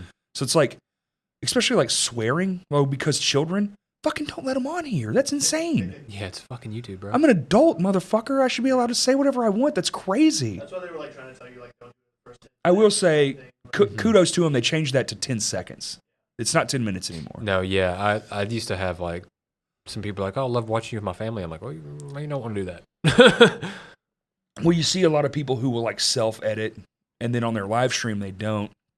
I watch a couple of gaming people, and their videos they put out is all like clean, family-oriented, but then you watch them on live stream, they're like, son of a bitch, ass bastard. Yeah. And you're like, but the kid still comes to that, so I feel like that's just false pretense. Because you go in the comments, it's a lot of parents like, I was watching this with my child. They love you stuff. They just bleep it Like- out for the algorithm so that it goes to Exactly. It goes to more people, right? So I think you walk a weird tightrope with that. It's like either the parent is cool with letting their kid hear words and they teach them, hey, these are just words, but maybe not for you yet. Or it's maybe a little parent, a little overprotective, which is fine. I'm not your fucking parent. I don't tell you how you raise your kid. But I should be allowed to do whatever I want, say whatever I want, because it's an adult platform, truly. That, make one for kids too. You have all the money in the world. Exactly. You can do it. I think they actually do have one. I just think KidTube probably is not a good idea. Yeah. What? Probably. Kid too? It's a joke. KidTube. Okay. Oh, you're disgusting. A little too close to the pedophilia. Yeah. Are we really out of time? We're at 2 hours and 5 Damn, man, you're fascinating. Thanks for coming and No, I doing this. appreciate it, man. Appreciate having I me. love interesting people like this. You've been everywhere, and I've been nowhere, so it's fun. Thanks for picking my Polar brain about opposites. music. It's usually not that way. So No, it's cool. It's because I know nothing, so it's easy to ask. Yeah. I don't think. Do you have anything you want to plug? No, man. I mean, you can check out YouTube. I'm all over there, but I have like 4 or 5 channels. I'm all Do over you the place. really? Yeah, Nice. I'm actually in this weird space where I'm trying to figure out like what's next. So we'll see. That whole debacle. When I come back, I'll plug something, but now I'm working on it. Okay. When you come back, I love that. Yeah. Hey, yeah. We'll start with animals next time. And have you tried any? Ooh, it's probably more. You know that line if they say like Yes. it should stop here eating this animal. I've probably gone to the other side of the Yeah, line yeah. a few times. I've had a horse before. It's not bad. Okay. People hate when you say that, but it's actually pretty good. Is the award show happened yet by the time this comes out? Crash Cast Awards links are available. We'll put them in the videos. We should really start doing that. It's December 14th. It's going to be a great time. Come out. Come dressed. Come snazzy. You can come dressed as you are. It's kind of come one, come all, but it's fun. It's at the Rusty Tractor Vineyard in Little Rock, Arkansas. The address is posted on Instagram, I do believe. 10 Rusty Tractor Lane. Boom. Got it. Hope to see you there, and thank you for listening. Peace.